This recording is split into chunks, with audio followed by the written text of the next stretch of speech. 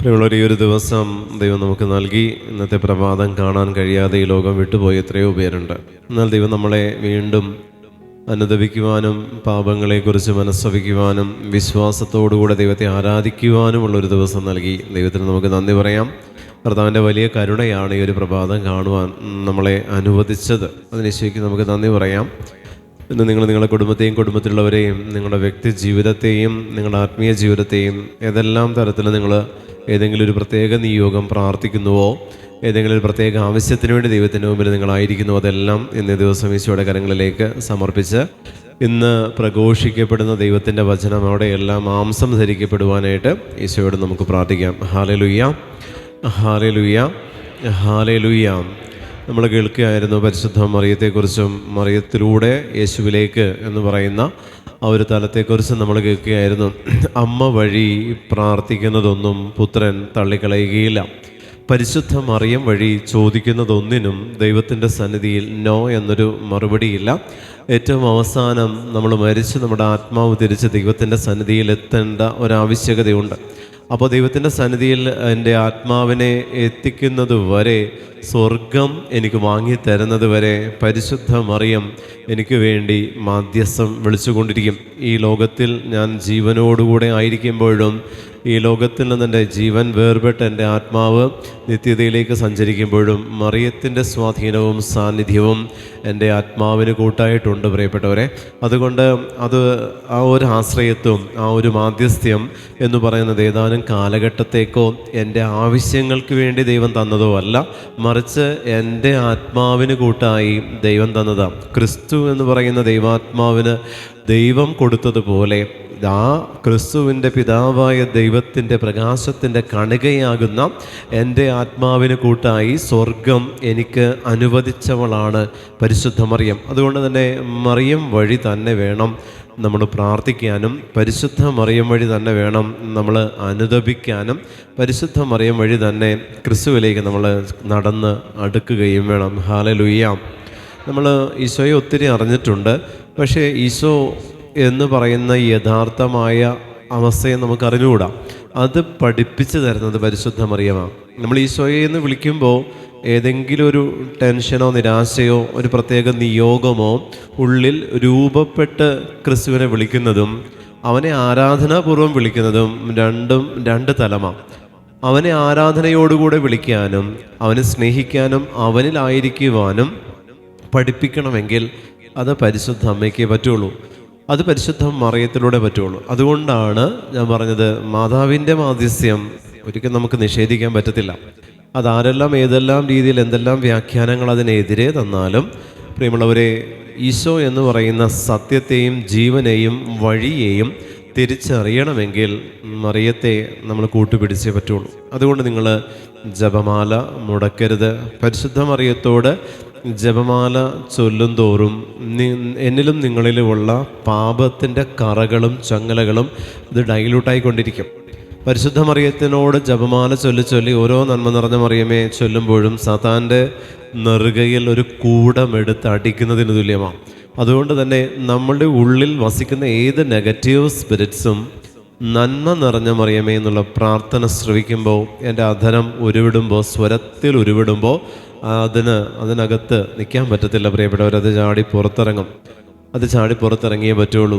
ഒരു ഡെലിവറൻസ് നടക്കുന്ന സമയത്ത് ഞാനിങ്ങനെ കുറേ പറഞ്ഞ് ഇവളുടെ ശരീരത്തിൽ നിന്ന് ഇവളിൽ നിന്ന് വിട്ടുപോ എന്ന് പറയുമ്പോഴൊന്നും ഇത് പോകാതിരിക്കുന്ന സമയത്ത് ഞാനിങ്ങനെ പറയുകയാണ്, എൻ്റെ അമ്മ, എൻ്റെ ആശ്രയമേ, നീ എന്നെ സഹായിക്കണമേ, എനിക്ക് ഈ മിനിസ്ട്രി കംപ്ലീറ്റ് ചെയ്യാൻ നീ എന്നെ സഹായിക്കണമേ എന്ന് ഞാൻ പ്രാർത്ഥിക്കുക. എപ്പോഴും മാതാവ് തരുന്നൊരു സന്ദേശമാണ്, എൻ്റെ അമ്മേ, എൻ്റെ ആശ്രയമേ, എന്നെ സഹായിക്കണമേ. ഇതെപ്പോഴും പ്രാർത്ഥിക്കാൻ പറയും. പ്രത്യേകമായിട്ടൊരു അസ്വസ്ഥത വന്നാൽ ഒരുപാട് വലിച്ചു നീട്ടി പ്രാർത്ഥിക്കാനല്ല, ഒറ്റ വേർഡിൽ ഒരു പ്രാർത്ഥന ചൊല്ലാനാണ് മാതാവ് പറയുന്നത്, എൻ്റെ അമ്മേ, എൻ്റെ ആശ്രയമേ, എന്നെ സഹായിക്കണമേ. ആ സമയം എൻ്റെ അമ്മ എന്ന് പറയുന്ന എൻ്റെ പരിശുദ്ധ മറിയം എന്ന് പറയുന്ന ജപമാല കയ്യിൽ മുറുക്കി പിടിച്ചിട്ടാണ് ഇത് പറയുന്നത്. എൻ്റെ അമ്മേ, എൻ്റെ ആശ്രയമേ, എന്നെ സഹായിക്കണമേ. അതിൽ സകലതും ഉണ്ട് പ്രിയപ്പെട്ടവരെ. അതും അത്രയും മതി, ആ പ്രെയർ മതി. അതിൽ കിട്ടാറുണ്ട്, ആൻസർ ചെയ്യാറുണ്ട് അമ്മ. അപ്പോൾ അങ്ങനെ ഞാനിങ്ങനെ പറഞ്ഞ് പ്രാർത്ഥിക്കുകയാണ്.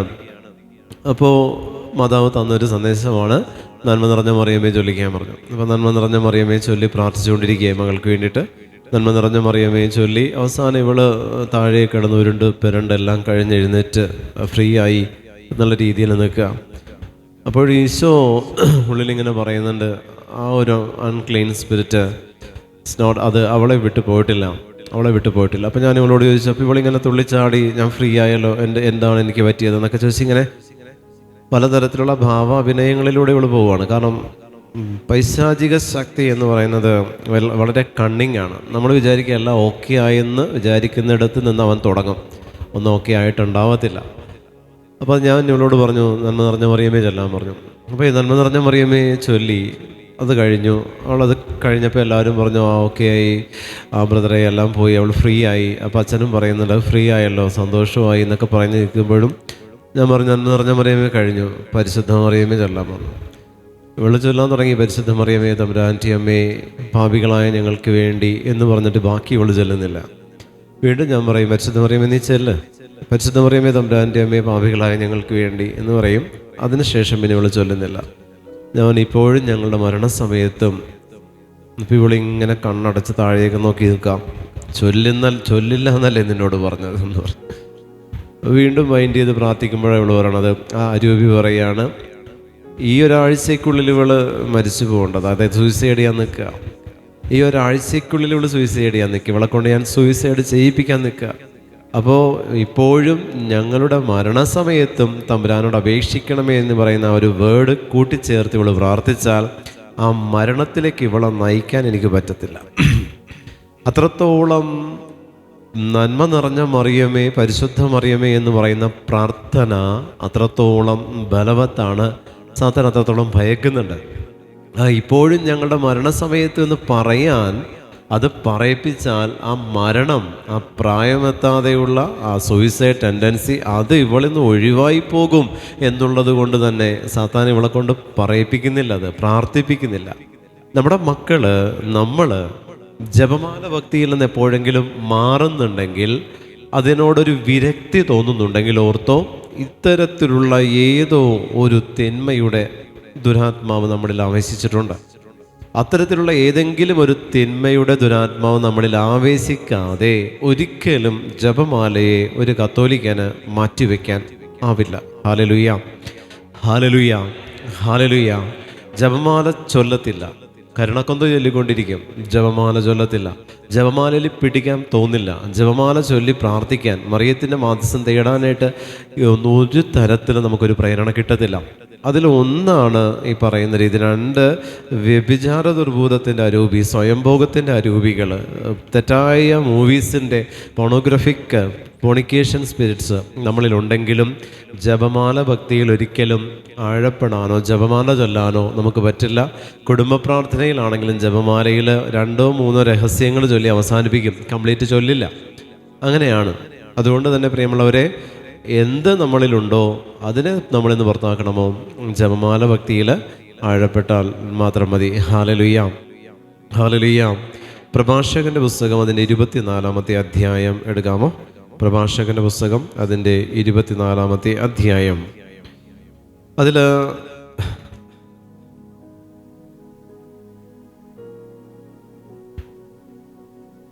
8 മുതലുള്ള വാക്യത്തിൽ പ്രകാരം വായിക്കുന്നു. അപ്പോൾ സകലത്തിൻ്റെയും സൃഷ്ടാവ് എനിക്ക് കൽപ്പന നൽകി, എൻ്റെ സ്രഷ്ടാവ് എനിക്ക് കൂടാരത്തിന് സ്ഥലം നിശ്ചയിച്ചു തന്നു.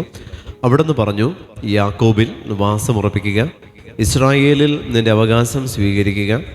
കാലം ആരംഭിക്കുന്നതിന് മുൻപ് അവിടുന്ന് എന്നെ സൃഷ്ടിച്ചു, ഞാൻ അനന്തമായി നിലനിൽക്കുന്നു. വിശുദ്ധ മന്ദിരത്തിൽ അവിടുത്തെ മുൻപിൽ ഞാൻ ശുശ്രൂഷ ചെയ്തു. Hallelujah, hallelujah. പരിശുദ്ധ മറിയത്തെക്കുറിച്ചുള്ള വാക്യങ്ങളാണ്. അതിൽ പറയുന്നു, വിശുദ്ധ മന്ദിരത്തിൽ അവിടുത്തെ മുൻപിൽ ഞാൻ ശുശ്രൂഷ ചെയ്തു, കാലം ആരംഭിക്കുന്നതിന് മുൻപേ ഞാനുണ്ട് എന്നാണ് പറയുന്നത്. കാലം ആരംഭിക്കുന്നതിന് മുൻപേ ഞാനുണ്ട്. പ്രിയമുള്ള ദൈവജനമേ, അതുകൊണ്ട് തന്നെ യേശു ക്രിസ്തുവിന് ഈ ലോകത്തിലേക്ക് കടന്നു വരാൻ അപ്പോൾ ഒരു മകൾ ജനിച്ച് അവളിലേക്ക് ക്രിസ്തു കടന്നു വരിക അല്ല. യേശു ഈ ലോകത്തിലേക്ക് കടന്നു വരുന്നുണ്ടെങ്കിൽ ക്രിസ്തുവിൻ്റെ തലമുറ വിശുദ്ധീകരണം നമ്മൾ എടുത്താൽ 42 തലമുറ വിശുദ്ധീകരിക്കപ്പെട്ടിട്ടാണ് ക്രിസ്തു ഈ ലോകത്തിലേക്ക് കടന്നു വരുന്നത്. അബ്രഹാം മുതൽ ദാവീദ് വരെ, ദാവീദ് മുതൽ ബാബിലോൺ പ്രവാസം ബാബിലോൺ പ്രവാസം മുതൽ ക്രിസ്തു വരെയുള്ള 42 തലമുറകൾ വിശുദ്ധീകരിക്കപ്പെടുന്നുണ്ട്. ക്രിസ്തുവിൻ്റെ വംശാവലി ഗ്രന്ഥത്തെക്കുറിച്ച് വായിക്കുമ്പോൾ നമുക്കത് മനസ്സിലാകും. അങ്ങനെ അത്രയും വിശുദ്ധീകരണം യേശു എന്ന് പറയുന്ന ദാവീദിൻ്റെ പുത്രനെ ഈ ലോകത്തിൽ ജനിക്കാൻ സ്വർഗം കാലേക്കൂട്ടി നിശ്ചയിച്ചിട്ടുണ്ടെങ്കിൽ അവനെ ഉദരത്തിൽ വഹിക്കാനുള്ളവളെ ആ ഒരു കാലഘട്ടത്തിലേക്കായിട്ട് മാത്രം ദൈവം ഈ ഭൂമിയിൽ ജനിപ്പിക്കുമോ? ഒരിക്കലുമില്ല. അത് അനാദി മുതലേ അവളെക്കുറിച്ചുള്ള പദ്ധതിയും അവള് ഫിസിക്കലി അല്ലാതെ തന്നെ ജ്ഞാനമായി അവളെ ഈ ലോകത്തിന് നൽകിക്കൊണ്ട് ഈ ലോകത്തിൽ അവളായിരുന്നു. ഇന്നലെ നമ്മൾ വായിച്ചതുപോലെ, ബാറൂക്ക് 3-ാം അധ്യായത്തിൽ വായിച്ചതുപോലെ, അതിൻ്റെ പര്യവസാനത്തിലാണ് അവൾ മനുഷ്യരൂപത്തിൽ അല്ലെങ്കിൽ മനുഷ്യരോടൊത്ത് ഈ ഭൂമിയിൽ സഹവസിക്കുന്നത്. അതുകൊണ്ട് തന്നെ പ്രിയപ്പെട്ട ദൈവജനമേ, നമ്മളിൽ ഒരു ഭക്തി ഉണ്ടെങ്കിൽ, ദൈവത്തിൻ്റെ ജ്ഞാനം നമ്മളിലുണ്ടെങ്കിൽ അതിന് കാരണം പരിശുദ്ധ മറിയമാണ്. ഈ ജ്ഞാനം നമുക്ക് തരുന്നത്, സ്വർഗം നമുക്ക് തരുന്നത് ഈ ജ്ഞാനമായ മാതാവിനെ നമുക്ക് തന്നുകൊണ്ട്, ജ്ഞാനത്തിൽ നിലനിൽക്കാനുള്ള അഭിഷേകം തന്നുകൊണ്ട് നമ്മളെപ്പോഴും ദൈവവുമായിട്ടുള്ളൊരു ബന്ധത്തെ നമ്മൾക്ക് സ്ഥാപിക്കുവാൻ സ്വർഗം നമുക്ക് തരുന്നത് ഈ പരിശുദ്ധ കന്യക മറിയത്തിലൂടെയാണ്. ഇവിടെ പറഞ്ഞിരിച്ചിരിക്കുന്നു, കാലം ആരംഭിക്കുന്നതിന് മുൻപേ ഞാനുണ്ട്. ദൈവം എല്ലാത്തിനുമുപരി ഒരു കൂടാരം, എനിക്ക് വസിക്കാൻ ഒരു കൂടാരത്തിന് സ്ഥലം നിശ്ചയിച്ചു തന്നു. പ്രിയമുള്ള ദൈവജനമേ, ഈ സ്ഥലമാണ് സ്വർഗം എന്ന് പറയുന്ന ക്രിസ്തുവിനെ ലോകത്തിലേക്ക് കൊണ്ടുവന്നപ്പോൾ, ഈ ലോകത്തിലേക്ക് കൊണ്ടുവന്ന ക്രിസ്തുവിനെ ലോകത്തിൽ പരിപാലിച്ചവൾ പരിശുദ്ധ മറിയം. അതുകൊണ്ട് തന്നെ ഈ അമ്മ ഈശോ എവിടെയെല്ലാം ആയിരുന്നുവോ അവിടെയെല്ലാം പരിശുദ്ധ മറിയം ക്രിസ്തുവിനെ അനുഗമിച്ചിട്ടുണ്ട്, ക്രിസ്തുവിനോടുകൂടെ നടന്നിട്ടുണ്ട്. അപ്പോൾ നമ്മൾ പരിശുദ്ധാത്മാവിൻ്റെ നിറവിന് വേണ്ടിയിട്ടാണ് നമ്മളെപ്പോഴും പ്രാർത്ഥിക്കുന്നതും ഓരോ ധ്യാനങ്ങൾ അറ്റൻഡ് ചെയ്യുമ്പോഴും നമുക്കൊരു ലക്ഷ്യമുണ്ട്. പരിശുദ്ധാത്മാവ് നിറയണം, കൃപ സ്വീകരിക്കണം. ഈ കൃപയുടെ ഭണ്ഡാകാരമാണ് പരിശുദ്ധ മറിയം.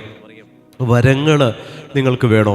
നിങ്ങൾക്ക് പരിശുദ്ധാത്മാവിൻ്റെ കൃപയിൽ നിലനിൽക്കണമോ? യേശുവിൻ്റെ നാമത്തിൽ അനേകം ആത്മാക്കളെ നേടാൻ നിങ്ങൾ ആഗ്രഹിക്കുന്നുണ്ടോ? മറിയത്തിൻ്റെ മാധ്യസ്ഥം വിളിച്ച് പ്രാർത്ഥിച്ചാൽ മതി. ഞാൻ ആദ്യം ഇങ്ങനെ ഈ ഒരു ശുശ്രൂഷ ജീവിതത്തിലേക്ക് വന്നപ്പോൾ, ഞാനിവിടെ പറഞ്ഞിട്ടുണ്ടത്, ശുശ്രൂഷ ജീവിതത്തിലേക്ക് വന്നപ്പോൾ കുറേ ശുശ്രൂഷകൾ വരുന്നുണ്ട്. പക്ഷേ എനിക്ക് സന്ദേശം എടുക്കാൻ പറ്റുന്നില്ല. കണ്ണടയ്ക്കുമ്പോൾ ഇരുട്ട് മാത്രമേ ഉള്ളൂ, ഒന്നും കാണാൻ പറ്റുന്നില്ല. വീണ്ടും ഞാൻ പ്രാർത്ഥിക്കും, ഈശോയെ വെളിപ്പെടുത്തുക, ഒന്നും വെളിപ്പെടുത്തുന്നില്ല. അപ്പോൾ ഞാൻ ഫോക്കസ് ചെയ്യുന്നത് ഈശോയിലേക്ക് മാത്രമാണ്. ജപമാല തൊടില്ല, ഈശോയിലേക്ക് മാത്രം ഫോക്കസ് ചെയ്ത് ഈശോയ്ക്ക് ആരാധന, ഈശോയ്ക്ക് മാത്രം, ഈശോയ്ക്ക് നന്ദി, ത്രിയേക ദൈവത്തിന് ഇത് തന്നെ ഇങ്ങനെ കൊടുത്ത് പ്രാർത്ഥിക്കുക. അത് തെറ്റെന്നല്ല, പക്ഷേ ഇത് മാത്രം ഞാൻ ഫോക്കസ് ചെയ്തപ്പോൾ ഞാൻ പറഞ്ഞു, എനിക്ക് സന്ദേശം എന്താ? അവസാനം മടുക്കാൻ തുടങ്ങി. ശുശ്രൂഷകൾ ഞാൻ ഓരോന്നിങ്ങനെ ഈ ഒരു സന്ദേശം കിട്ടാതെ നമ്മൾ ശുശ്രൂഷ ചെയ്യുമ്പോൾ അതിലുള്ള ദൈവിക പദ്ധതി തിരിച്ചറിയാതെ ചെയ്യുന്ന ശുശ്രൂഷകളാണ്. വിജയിക്കണമെന്നില്ല. ഞാനിപ്പോൾ ഇവിടെ പഠിച്ചൊരു ടോപ്പിക് എടുത്താൽ അത് നിങ്ങൾക്ക് ആവശ്യമുള്ളതാകണമെന്നില്ല. അതുകൊണ്ട് തന്നെ പരിശുദ്ധാത്മാവ് തരണം. ഈ ടോപ്പിക് എടുക്കാൻ പരിശുദ്ധാത്മാവ് പറയണം. അതേ നിങ്ങൾക്ക് ആവശ്യമുള്ളതുള്ളൂ. അല്ലാതെ എനിക്കറിയാവുന്നതല്ല നിങ്ങളോട് പറയേണ്ടത്. നിങ്ങൾക്ക് ആവശ്യമുള്ളത് ഈശോ നിങ്ങൾക്ക് തരാൻ അത് സന്ദേശം എടുത്ത് പ്രാർത്ഥിക്കണം. അങ്ങനെ വന്നപ്പോൾ പതുക്കെ മാറാൻ തുടങ്ങി.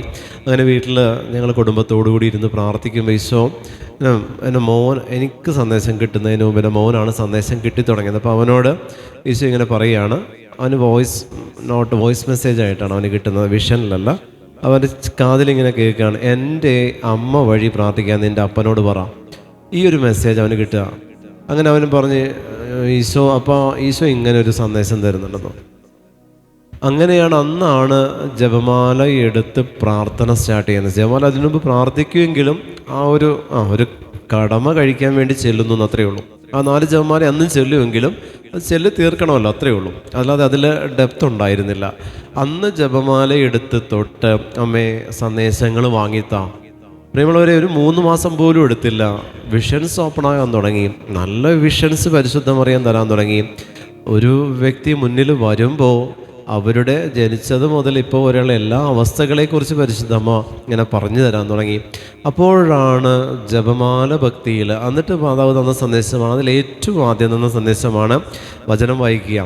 വചനത്തിലെ ഓരോ അധ്യായത്തിലും, ഓരോ ഉൽപ്പത്തി മുതൽ വെളിപാട് വരെയുള്ള ഓരോ അധ്യായത്തിലും എന്നെ മെൻഷൻ ചെയ്യാതെ പോയിട്ടില്ലെന്നാണ് മാതാവ് സന്ദേശം തരുന്നത്.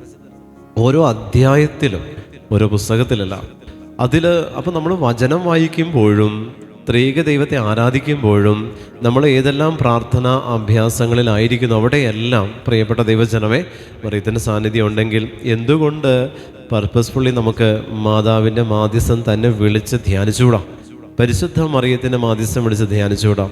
അങ്ങനെ നമ്മൾ പ്രാർത്ഥിച്ചു തുടങ്ങണം. അതിൽ മാതാവ് തന്ന സന്ദേശം അനുസരിച്ച് പിന്നീട് ഒരു ജപമാല സ്വന്തമായിട്ട് കെട്ടാൻ പറഞ്ഞു. സ്വന്തമായിട്ട് ജപമാല കെട്ടിയെടുത്തു. ആ ജപമാലയിലുള്ള മുത്തുകൾ പ്ലാസ്റ്റിക് യൂസ് ചെയ്യരുതെന്ന് പറഞ്ഞു. പ്ലാസ്റ്റിക് മാറ്റി. ചരട് പ്രാർത്ഥിച്ചൊരുക്കാൻ പറഞ്ഞു. ചരട് പ്രാർത്ഥിച്ചൊരുക്കി. ഓരോ മുത്തുകളും പ്രാർത്ഥിച്ചൊരുക്കാൻ പറഞ്ഞു. ഓരോ മുത്തുകളും പ്രാർത്ഥിച്ചൊരുക്കി. സ്റ്റോൺ അല്ലെങ്കിൽ വുഡ് യൂസ് ചെയ്യണമെന്ന് പറഞ്ഞു. സ്റ്റോൺ അല്ലെങ്കിൽ വുഡ് യൂസ് ചെയ്തുള്ള മണികൾ വാങ്ങി കളക്ട് ചെയ്ത് അത് പ്രാർത്ഥിച്ചൊരുക്കി. ഓരോ ബലിയിൽ 8-9 ബലികളിൽ അത് സമർപ്പിച്ച് അത് ഒരുക്കിയതിന് ശേഷം ജപമാല കെട്ടി ധ്യാനം പൂർവം ജപമാല കെട്ടി പ്രാർത്ഥിക്കാൻ തുടങ്ങി. അപ്പോൾ ഒരു ജപമാല കെട്ടി തീർന്നപ്പോൾ ഒത്തിരി സമയമെടുത്തു. ഓരോ മണികളിൽ ഓരോ മർക്കോസിൻ്റെ സുവിശേഷം ഓരോ മണികളിൽ വായിച്ചിട്ടാണ് ജപമാല കെട്ടിയത്. അപ്പോൾ ഒരു മണിയിൽ മർക്കോസിൻ്റെ ഫുൾ സുവിശേഷം 16 അധ്യായങ്ങൾ. അങ്ങനെ 53 + 59 മണികളും ഓരോ മർക്കോസിൻ്റെ സുവിശേഷവും വായിച്ചിട്ടാണ് കെട്ടണേ. അങ്ങനെ കെട്ടി ജപമാല കെട്ടുമ്പോൾ ഏതാണ്ട് ഒരു 1.5 മാസത്തിലധികം എടുത്തു ജപമാല കംപ്ലീറ്റ് ചെയ്യാനായിട്ട്, കെട്ടിത്തീർക്കാൻ. അങ്ങനെ കെട്ടിയ ജപമാല വീണ്ടും അത് കൊണ്ടുപോയി പ്രാർത്ഥിച്ച് ബലിപീഠത്തിൽ വെച്ച് ബലി അർപ്പിക്കുമ്പോൾ പ്രാർത്ഥിച്ച് മേടിക്കാൻ അച്ഛനോട് ആവശ്യപ്പെട്ട് അങ്ങനെ പ്രാർത്ഥിച്ച് മേടിച്ചിട്ട് ആ ജപമാല കൈകൊണ്ട് പിടിക്കാൻ കൈ പ്രാർത്ഥിച്ചൊരുക്കാൻ പറഞ്ഞു. അങ്ങനെ കൈ പ്രാർത്ഥിച്ചൊരുക്കി. അതുവഴി ചെയ്ത പാപങ്ങൾ കരങ്ങളിൽ നിന്നും അതരത്തിൽ നിന്നും നമ്മളിത് അതുവരെ ചെയ്ത എല്ലാ പാപത്തിൻ്റെയും കറകളെല്ലാം മാറ്റി വിശുദ്ധിയിലേക്ക് നീ ആദ്യം വാ എന്ന് പറഞ്ഞ് അങ്ങനെ പരിശുദ്ധ മറിയം ഒരുക്കി എന്നിട്ട് ആ ജപമാല എടുത്ത് പ്രാർത്ഥിക്കാൻ പറഞ്ഞപ്പോഴാണ് എന്താണ് ജപമാല എന്നുള്ളത് മനസ്സിലായത്, എന്താണ് വിശുദ്ധി എന്നുള്ളത് മനസ്സിലായത്, എന്താണ് പരിശുദ്ധി എന്നുള്ളത് മനസ്സിലായത്. അതുകൊണ്ട് പ്രിയമുള്ളവരെ, നമ്മളുടെ ഇതൊരു വെറുതെ ഒരു മാലയല്ല, അതിനകത്ത് മറിയമാണ്, പരിശുദ്ധ അമ്മയാണ്. അതിൽ വചനമാണ്. ഓരോ വചനത്തിലും അമ്മ നിറഞ്ഞു നിൽക്കുന്ന വചനങ്ങളാണ്. അത് നിങ്ങൾ ഉരുവിട്ടുകൊണ്ടിരിക്കണം. അത് നിങ്ങൾ ആഴത്തിൽ പ്രാർത്ഥിച്ചുകൊണ്ടിരിക്കണം. അത് നിങ്ങൾ ഉരുവിട്ടുകൊണ്ടിരിക്കണം. അത് ഉരുവിട്ട് വരുമ്പോഴേക്കും എന്നിട്ട് ഈ ഓരോ മണികളിലും അതാവ് പറഞ്ഞു ഒരു ഫുൾ കൊന്തയിലും പരിശുദ്ധരാജ്യം ചൊല്ലി പ്രാർത്ഥിക്കാൻ പറഞ്ഞു. പരിശുദ്ധരാജ്യം ചൊല്ലി അത് പിന്നെ അടുത്ത ഇത് എത്രയും ദയുള്ള മാതാവേ എന്നുള്ള പ്രാർത്ഥന ചൊല്ലാൻ പറഞ്ഞു. അത് ഓരോ മണികളിലും ചൊല്ലും. ഒരു ഫുൾ കൊന്തയിൽ ഒരു ദിവസത്തെ പ്രാർത്ഥനയാണേ. ഓരോ മണികളിലും മറിയത്തിൻ്റെ സ്വസ്ത്രഗീതം ചെല്ലാൻ പറഞ്ഞു. ഓരോ മണികളിലും മറിയത്തിൻ്റെ സ്വസ്ത്രഗീതം. അങ്ങനെ ഈ ജപമാലയിൽ അത്രയും പ്രാർത്ഥന ചൊല്ലി വരുമ്പോൾ ഈ ജപമാല അഭിഷേകത്തിൽ നിറയുന്നത് മാതാവ് കാണിച്ചു തരാൻ തുടങ്ങി. ജപമാല അഭിഷേകത്തിലേക്ക് വരാൻ തുടങ്ങി.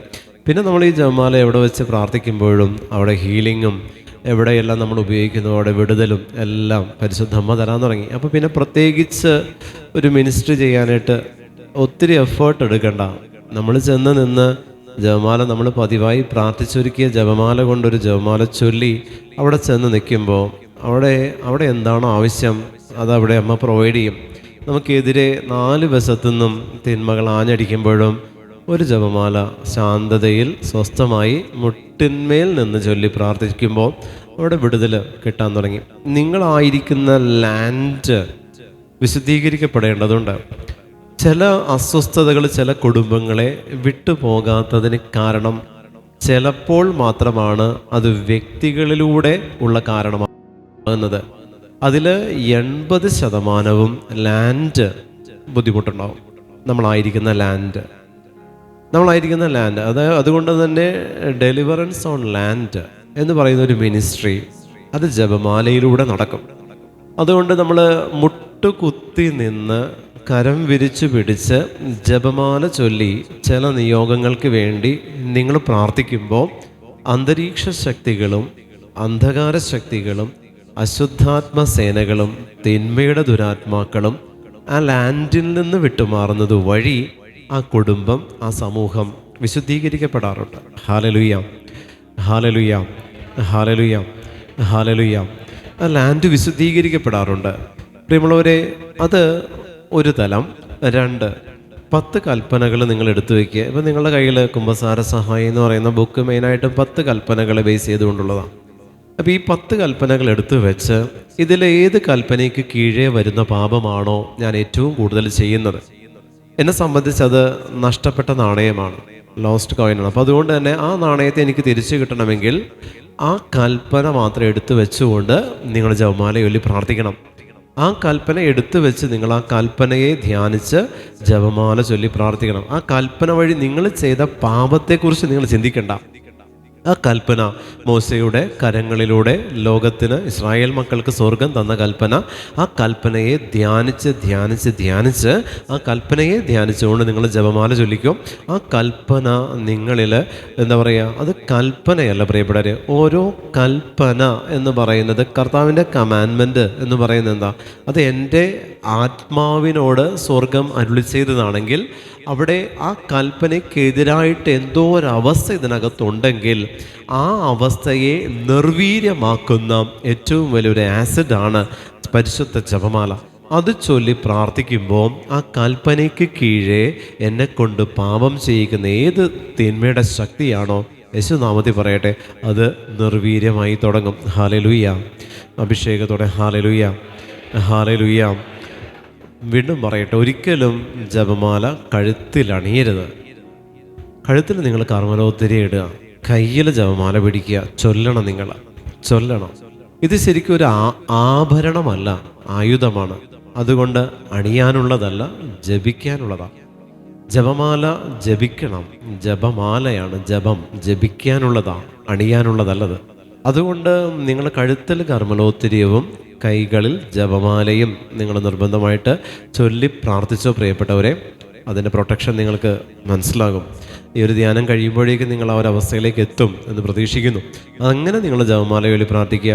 നിങ്ങളായിരിക്കുന്ന സമൂഹത്തിൻ്റെ, ഭവനത്തിൻ്റെ മേൽ, ലാൻഡിനുമേൽ വർഷങ്ങൾക്ക് മുന്നേ നടന്ന ഏതെങ്കിലും തരത്തിലുള്ള വെച്ച് പൂജകൾ, വെച്ചാരാധനകൾ, ചിത കത്തിക്കൽ, അതുപോലെ മറ്റേതെങ്കിലും ചില സ്കെൽട്ടൻ കുഴിച്ചിടുന്ന അങ്ങനെയുള്ള സംഭവങ്ങളൊക്കെ ഉണ്ട്, തിന്മ, ചില അസ്വസ്ഥതകളൊക്കെ ഉണ്ടെന്നുണ്ടെങ്കിൽ പ്രിയപ്പെട്ടവരെ, അവിടെയെല്ലാം നമ്മളെ സഹായിക്കുന്നത് പരിശുദ്ധ ജപമാലയാണ്.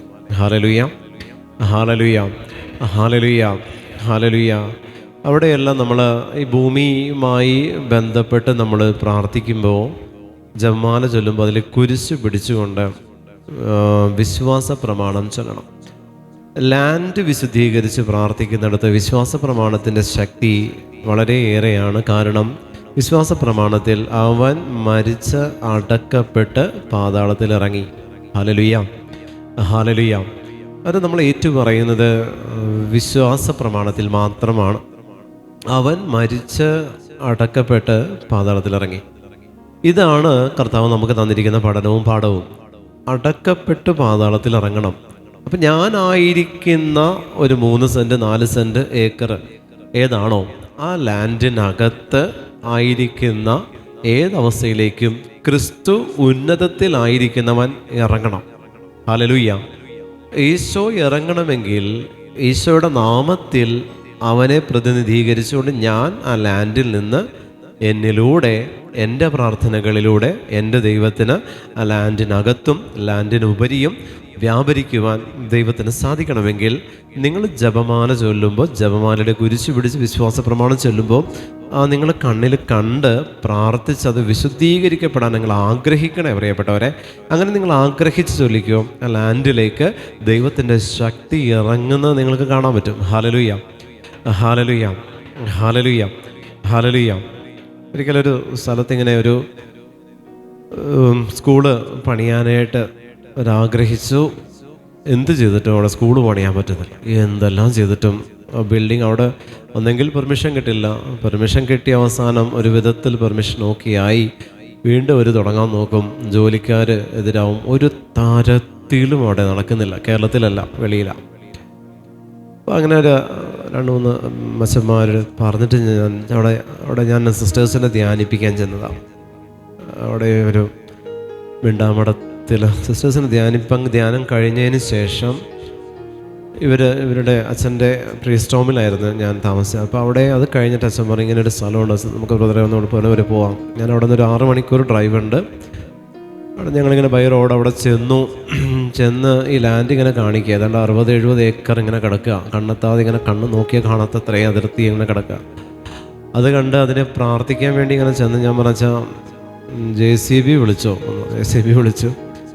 അവിടെ നമ്മളിങ്ങനെ പ്രാർത്ഥിക്കുമ്പോൾ അവിടെ ഇവിടെയൊക്കെ ആയിട്ട് ഈ പറയുന്ന രീതിയിൽ ആ ദേശവുമായിട്ട് ബന്ധപ്പെട്ട് പണ്ടൊക്കെ ഈ എന്താ പറയുക, ചില പകർച്ചവ്യാധികളൊക്കെ വന്ന് ഒന്നിച്ച് അടക്കം ചെയ്തിരുന്ന ആൾക്കാരെ ഒന്നിച്ച് കൂട്ടത്തോടെ അടക്കം ചെയ്തിരുന്ന ഒരു ലാൻഡാണ്. നമ്മളിങ്ങനെ പ്രാർത്ഥിച്ച് ഞാനൊരു സ്ഥലം മാർക്ക് ചെയ്ത് കൊടുത്തിട്ട് പറഞ്ഞു, ഇവിടെ അത് JCB എടുത്ത് വെച്ചാൽ ഇങ്ങനെ ചെയ്തോ ഒന്ന്, ജോലിക്കാരെ നിർത്തിയിട്ട് ഈ മണ്ണ് മാറ്റാം. മണ്ണ് മാറ്റി ഏതാണ്ടൊരു ഇത്രയും അടി താഴേക്ക് എത്തുമ്പോൾ ഇങ്ങനെ അസ്ഥികൾ പൊന്തി പൊന്തി വരിക. അപ്പം അച്ഛൻ ഇങ്ങനെ തമാശ രൂപേണ പറയുന്നത്, എന്താണ് ബ്രദറെ Ezekiel 37 ഈ കാണുന്നത്? അസ്ഥികളുടെ താഴ്വരയാണ്. അപ്പം അതിങ്ങനെ കൂട്ടത്തോടെ അടക്കിയിരുന്ന സ്ഥലമാണ്. അതായത് കൈമറിഞ്ഞ് നമ്മുടെ കയ്യിൽ കിട്ടി അതെല്ലാം മാറ്റി വൈദികർ ബ്ലസ് ചെയ്ത് അവിടെ ബലിയർപ്പിച്ച് പ്രാർത്ഥിച്ച് വിശുദ്ധീകരിച്ചു ലാൻഡിനെ. അതിനുശേഷം അവിടെ ഇപ്പോൾ ഒരു പ്രശ്നവും ഇല്ല, അവിടെ ഒരു അസ്വസ്ഥതകളും ഇല്ല. നമ്മളൊരു നമ്മൾ പ്രാർത്ഥിക്കും, നമ്മുടെ പ്രാർത്ഥനകളൊന്നും മോശമല്ല. പക്ഷേ എങ്കിൽ പോലും നമ്മൾ പ്രാർത്ഥിക്കുമ്പോൾ നമ്മൾ എവിടെ ആയിരുന്നു കൊണ്ട് പ്രാർത്ഥിക്കുന്നുവോ അതിന് പ്രാധാന്യമുണ്ട്. ഞാനൊരു ദേവാലയത്തിനകത്തിരുന്ന് പ്രാർത്ഥിക്കുന്നതും എൻ്റെ ഭവനത്തിലിരുന്ന് പ്രാർത്ഥിക്കുമ്പോഴും കിട്ടുന്ന അഭിഷേകം രണ്ടാണ്. ഓക്കെ, പാപകരമായ ഒരു ചുറ്റുപാടിലിരുന്ന് പ്രാർത്ഥിക്കുന്നതും വിശുദ്ധമായ അവസ്ഥയിലിരുന്ന് പ്രാർത്ഥിക്കുന്നതും രണ്ടവസ്ഥയാണ്. അപ്പം ഞാൻ പ്രാർത്ഥിക്കുന്ന പ്രാർത്ഥനകൾ ദൈവസന്നിധിയിലെത്തുമ്പോൾ ഞാൻ ഏത് പാത്രത്തിൽ വിളമ്പുന്നു എന്നുള്ളത് ദൈവം നോക്കുന്ന കാര്യമാണ്. അപ്പോൾ അതിൽ എൻ്റെ വിശുദ്ധി, ഞാനായിരിക്കുന്ന സ്ഥലത്തിൻ്റെ വിശുദ്ധി, പ്രിയമുള്ളവരെ, അതിൻ്റെ ഭൗതികമായിട്ടുള്ള വിശുദ്ധിയും ഇത്തരത്തിൽ നമ്മൾ വിശ്വാസ പ്രമാണത്തിൽ തന്നെ പറയുന്ന ദൃശ്യവും അദൃശ്യവുമായ സകലതിൻ്റെയും സൃഷ്ടാവല്ല. അപ്പോൾ അദൃശ്യമായതുണ്ട്,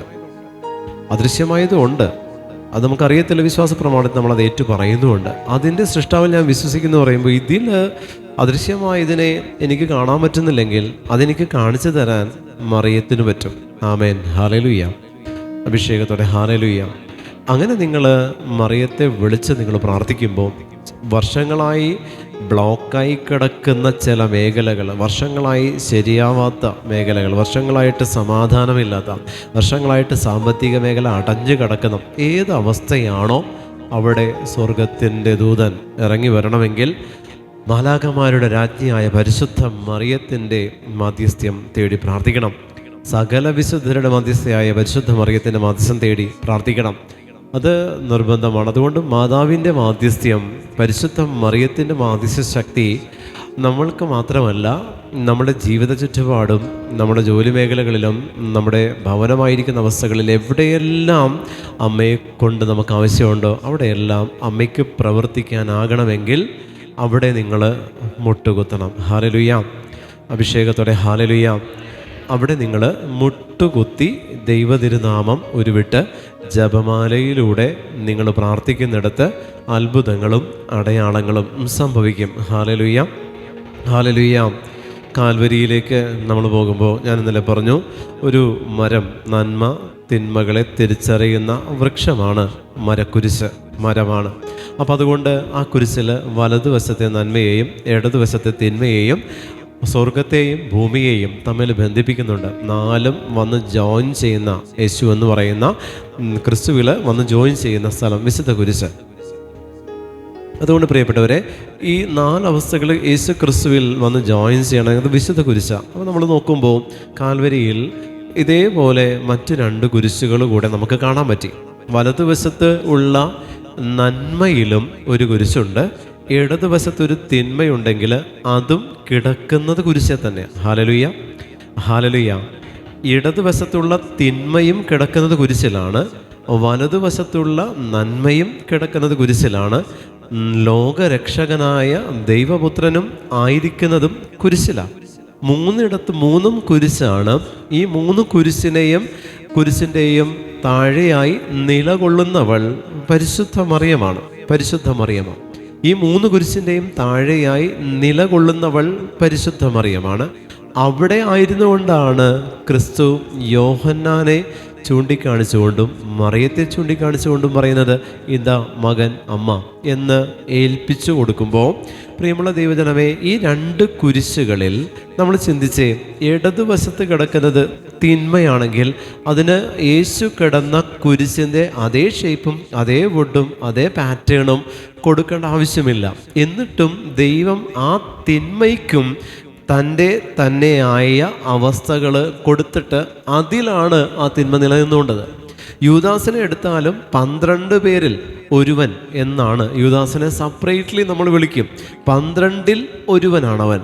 എന്നാൽ 12നോട് ചേർക്കപ്പെട്ടിട്ടുണ്ട്. പക്ഷെ 12-ൽ ഒരുവനെന്ന് പറഞ്ഞാൽ എന്താണ്? 12 പേരെന്ന് പറയുന്ന ഗ്രൂപ്പിൽ ഓഡ് വണ്ണായിട്ട് അവനുണ്ട്, ഒറ്റപ്പെട്ട് നിൽക്കുക. ആ ഗ്രൂപ്പിലുള്ള കൃപയോട് അവൻ ചേർന്നിട്ടില്ല. അതുകൊണ്ട് 12 പേരിൽ ഒരുവൻ എന്ന യൂദാസിനെ വചനം വിശേഷിപ്പിക്കുന്നു. ഇതുപോലെ പാപം എന്ന് പറയുന്ന അവസ്ഥ ഏറ്റവും കൂടുതലായിരിക്കുന്നത് വിശുദ്ധ കുരിശാകുന്ന എൻ്റെയും നിങ്ങളുടെയും പ്രാർത്ഥനകളിലാണ് ഏറ്റവും കൂടുതൽ പാപം നിലനിൽക്കുന്നതെന്നുള്ളത് മറക്കരുത്. ഹല്ലേലൂയ. പാപം മറഞ്ഞിരിക്കുന്നത് പ്രാർത്ഥനകളിലാണ് എന്നുള്ളത് മറക്കല്ലേ. കാരണം ഈ പാപ അവസ്ഥ പ്രാർത്ഥനകളിൽ മറഞ്ഞിരുന്ന് പ്രാർത്ഥനകളെ നിർവീര്യമാക്കുന്ന ശക്തിയാണ്. പ്രാർത്ഥനകളിൽ മറഞ്ഞിരുന്നു കൊണ്ട് പ്രാർത്ഥനകളെ നിർവീര്യമാക്കുന്ന ശക്തിയാണ്. ലൂക്കായുടെ 10:19 പറയുന്നത് എന്താ? സ്വർഗത്തിൽ നിന്ന് 10:18 പറയുന്നുണ്ട്, സ്വർഗത്തിൽ നിന്ന് സാത്താൻ എന്നാ പറയുന്നത്. സ്വർഗത്തിൽ നിന്ന് സാത്താൻ വിരോധാഭാസമാ. സ്വർഗത്തിൽ എവിടെയാ സാത്താൻ? ഏത് പറഞ്ഞത് ക്രിസ്തുവാ.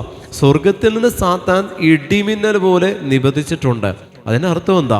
സ്വർഗം എന്ന് പറയുന്നത് വിശുദ്ധ നിത്യമായ സ്വർഗത്തെക്കുറിച്ചല്ല തമ്പുരാൻ പറയുന്നത്. സ്വർഗീയ അവസ്ഥകളിൽ നിന്ന് സാത്താൻ നിബന്ധിക്കുന്നുണ്ട്. ജോബിൻ്റെ പുസ്തകം 1:6 പറയുന്നത് എന്താ? ദൈവപുത്രന്മാർ ദൈവസന്നിധിയിൽ പ്രവേശിച്ചു, സാത്താനും അവരോടുകൂടെ ദൈവസന്നിധിയിൽ പ്രവേശിച്ചു. അവിടെയും ദൈവസന്നിധിയിൽ പ്രവേശിക്കാൻ സാത്താന് സാധിച്ചു.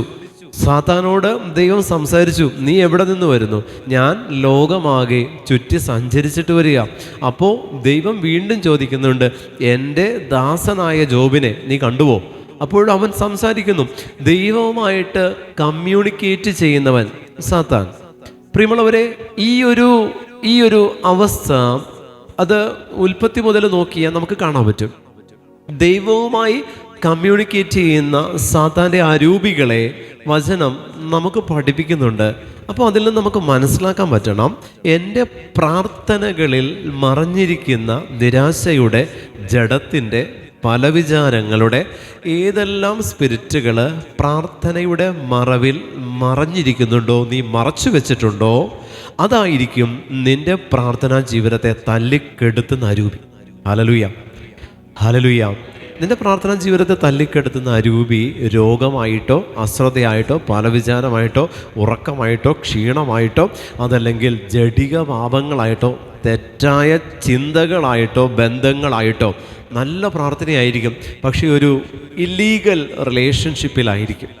നല്ല പ്രാർത്ഥനയെന്ന് ഭയങ്കര പ്രയർഫുൾ ആയിരിക്കും, പക്ഷേ ഒരു പാപം ഇങ്ങനെ അതിനൊരു പാപത്തെ ശുശ്രൂഷിച്ചുകൊണ്ടായിരിക്കും ഈ പ്രാർത്ഥനയെ ഫോളോ ചെയ്യുന്നത്. ഇങ്ങനെ പ്രാർത്ഥനയിലാണ് ഏറ്റവും കൂടുതൽ പാപ അവസ്ഥകൾ മറഞ്ഞിരിക്കുന്നത്. പ്രിയപ്പെട്ടവരെ, നിങ്ങളുടെ പാപ അവസ്ഥകൾ ഒരിക്കലും നിങ്ങളുടെ തെറ്റായ ജീവിത ചുറ്റുപാടിലല്ല പാപങ്ങൾ നിലകൊള്ളുന്നത്. കാരണം ഓൾറെഡി അത് തെറ്റായ ജീവിത ചുറ്റുപാടാണെങ്കിൽ പാപത്തിനെ സംബന്ധിച്ച് അവിടെ ഓൾറെഡി അൺക്ലീൻ ആണ്, പിന്നെ അങ്ങോട്ട് പോകേണ്ട ആവശ്യമില്ല. ക്ലീൻ ആയിരിക്കുന്നിടത്തേ സ്പിരിറ്റ് വരുള്ളൂ. പ്രാർത്ഥനയുണ്ടെങ്കിൽ ഈ സ്പിരിറ്റ് വരുള്ളൂ.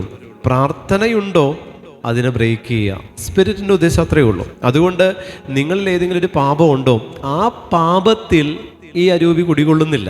ഓൾറെഡി നിങ്ങൾ ആ പാപത്തിലാണ്. വീണ്ടും അവിടെ അതിന് പ്രത്യേകിച്ച് പണിയില്ല. പക്ഷേ ആ പാപത്തിൻ്റെ അവസ്ഥയിൽ നിന്ന് നിങ്ങളൊരു പ്രാർത്ഥനയുടെ അവസ്ഥയെ നിങ്ങൾ കീപ്പ് ചെയ്യുന്നുണ്ടോ, ഈ പ്രാർത്ഥനയുടെ അവസ്ഥയിലായിരിക്കും പൈശാചികത കൂടുതലുള്ളത്. അവിടെ നിൻ്റെ പ്രാർത്ഥനയെ തടസ്സപ്പെടുത്തുന്ന അരൂപിയായിട്ട്, ആ പ്രാർത്ഥനയെ തല്ലിക്കെടുത്തുന്ന ഈവിളായിട്ട്, ഡെവിളായിട്ട് അവൻ പ്രവർത്തിച്ചുകൊണ്ടിരിക്കും. ആമേൻ. ഹല്ലേലൂയ. അഭിഷേകത്തോടെ ഹല്ലേലൂയ, വിശ്വാസത്തോടെ ഹല്ലേലൂയ, ഹല്ലേലൂയ, ഹല്ലേലൂയ, ഹല്ലേലൂയ, ഹല്ലേലൂയ. കാലം ആരംഭിക്കുന്നതിന് മുൻപ് അവിടെ നിന്ന് സൃഷ്ടിച്ചു. ഞാൻ അനന്തമായി നിലകൊള്ളുന്നു. വിശുദ്ധ മന്ദിരത്തിൽ അവിടുത്തെ മുൻപിൽ ഞാൻ ശുശ്രൂഷ ചെയ്തു. സിയോനിൽ ഞാൻ മാസം ഉറപ്പിച്ചു. അങ്ങനെ പ്രിയങ്കരമായ നഗരത്തിൽ അവിടെ നിന്ന് എനിക്ക് വിശ്രമം നൽകി. ജെറുസലേമിൽ എനിക്ക് ആധിപത്യവും. ഒരു ബഹുമാന്യ ജനതയുടെ ഇടയിൽ അവരുടെ അവകാശമായ കർത്താവിൻ്റെ ഓഹരിയിൽ ഞാൻ വേരുറച്ചു. അവരുടെ അവകാശമായ കർത്താവിൻ്റെ ഓഹരിയിൽ ഞാൻ വേരുറച്ചു. പരിശുദ്ധ മറിയത്തെ നമ്മൾ എടുക്കുമ്പോൾ അമ്മയെ നമുക്ക് കാണാൻ പറ്റുന്ന ബൈബിളിൽ ചുരുക്കം ഇടങ്ങളിൽ സ്പെസിഫിക്കായിട്ട് അമ്മയെ മെൻഷൻ ചെയ്തിരിക്കുന്ന ചുരുക്കം ഇടങ്ങൾ, അതിലൊന്നാണ് കാനായിലെ കല്യാണം. പ്രിയപ്പെട്ട ദൈവജനമേ, അമ്മയുടെ പാർട്ടിസിപ്പേഷൻ ഏറ്റവും കൂടുതൽ നമ്മൾക്ക് കാണാൻ പറ്റുന്നൊരു തലമാണ്. ബാക്കിയുള്ളിടത്തെല്ലാം അമ്മ തനിച്ചോ അമ്മ മറ്റേതെങ്കിലും അവസ്ഥയിലാണെങ്കിൽ യേശുവിൻ്റെ അമ്മ അവിടെ ഉണ്ടായിരുന്നു എന്ന് പറയുന്നത് കാനായിലാണ്. യേശുവിൻ്റെ അമ്മ അവിടെ ഉണ്ടായിരുന്നു. അവിടെ പറഞ്ഞിരിക്കുന്ന മറ്റൊരു കാര്യമുണ്ട്, യേശുവും ശിഷ്യന്മാരും വിരുന്നിന് ക്ഷണിക്കപ്പെട്ടിരുന്നു. ഓക്കെ, പരിശുദ്ധ അമ്മയെക്കുറിച്ച് പറയുന്നു, യേശുവിൻ്റെ അമ്മ അവിടെ ഉണ്ടായിരുന്നു. രണ്ടും തമ്മിലുള്ള വ്യത്യാസത്തെ നിങ്ങളൊന്ന് ചിന്തിച്ചാൽ മനസ്സിലാവും.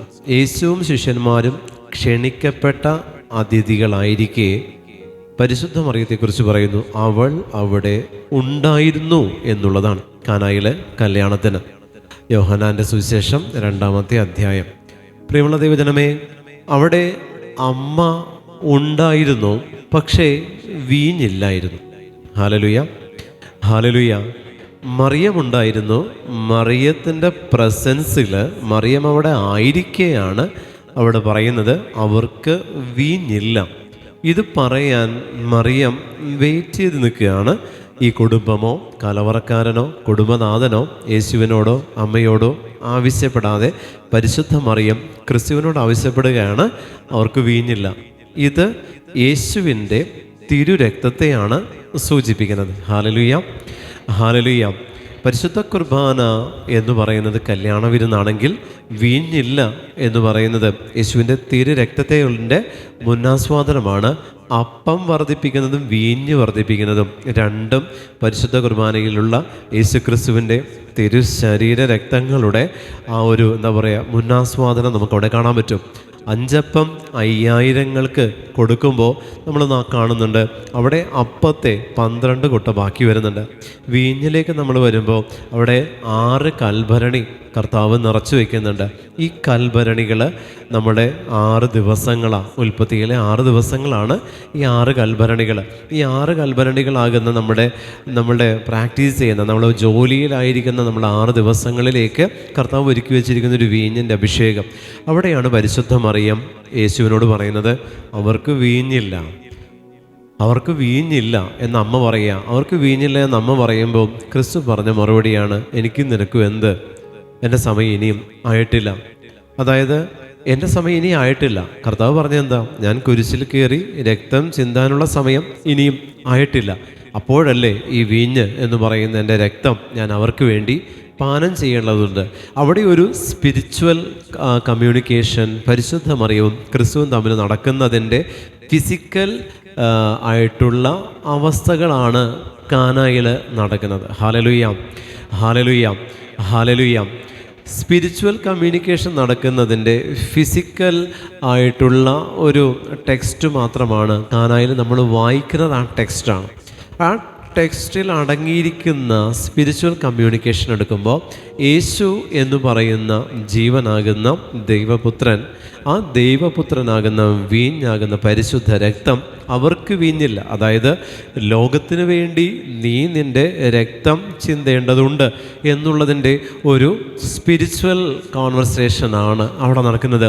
പരിശുദ്ധ മറിയം പറഞ്ഞിട്ട് വേണ്ട അതിന്, എങ്കിലും മറിയത്തിൻ്റെ മാധ്യസ്ഥ്യം അവിടെ ആദ്യമേ എത്തുന്നുണ്ട്. പരിശുദ്ധ മറിയം പുത്രനെ മരണത്തിന് വിട്ടുകൊടുത്തു. അമ്മ മകനെ മരണത്തിന് വിട്ടുകൊടുത്തിട്ട്, അമ്മയ്ക്കറിയാം പുത്രനെ മരണത്തിന് വിട്ടുകൊടുത്താൽ എന്നെയും നിങ്ങളെയും നേടിയെടുക്കാം എന്ന് മറിയത്തിനറിയാം. അതുകൊണ്ട് തന്നെ എല്ലാത്തിൻ്റെയും ഒരു മുന്നാസ്വാദനം നമ്മളിപ്പോൾ സെലിബ്രേറ്റ് ചെയ്യുന്ന ഹോളി മാസിൻ്റെ ഒരു മുന്നാസ്വാദനത്തെ നമുക്ക് പല ഇടങ്ങളിൽ നിന്ന് 4 സുവിശേഷങ്ങളിലും മറ്റ് പ്രവചന ഗ്രന്ഥങ്ങളിൽ നിന്നെല്ലാം നമുക്ക് കാണാൻ പറ്റുന്നുണ്ട്. പ്രിയപ്പെട്ടവരെ, ഈ കാണാൻ പറ്റുന്ന പ്രവചന ഗ്രന്ഥങ്ങളിൽ നിന്നെല്ലാം നമ്മൾ എടുക്കുമ്പോൾ പരിശുദ്ധ മറിയത്തിൻ്റെ സാന്നിധ്യത്തെ നിങ്ങൾ കാണണം.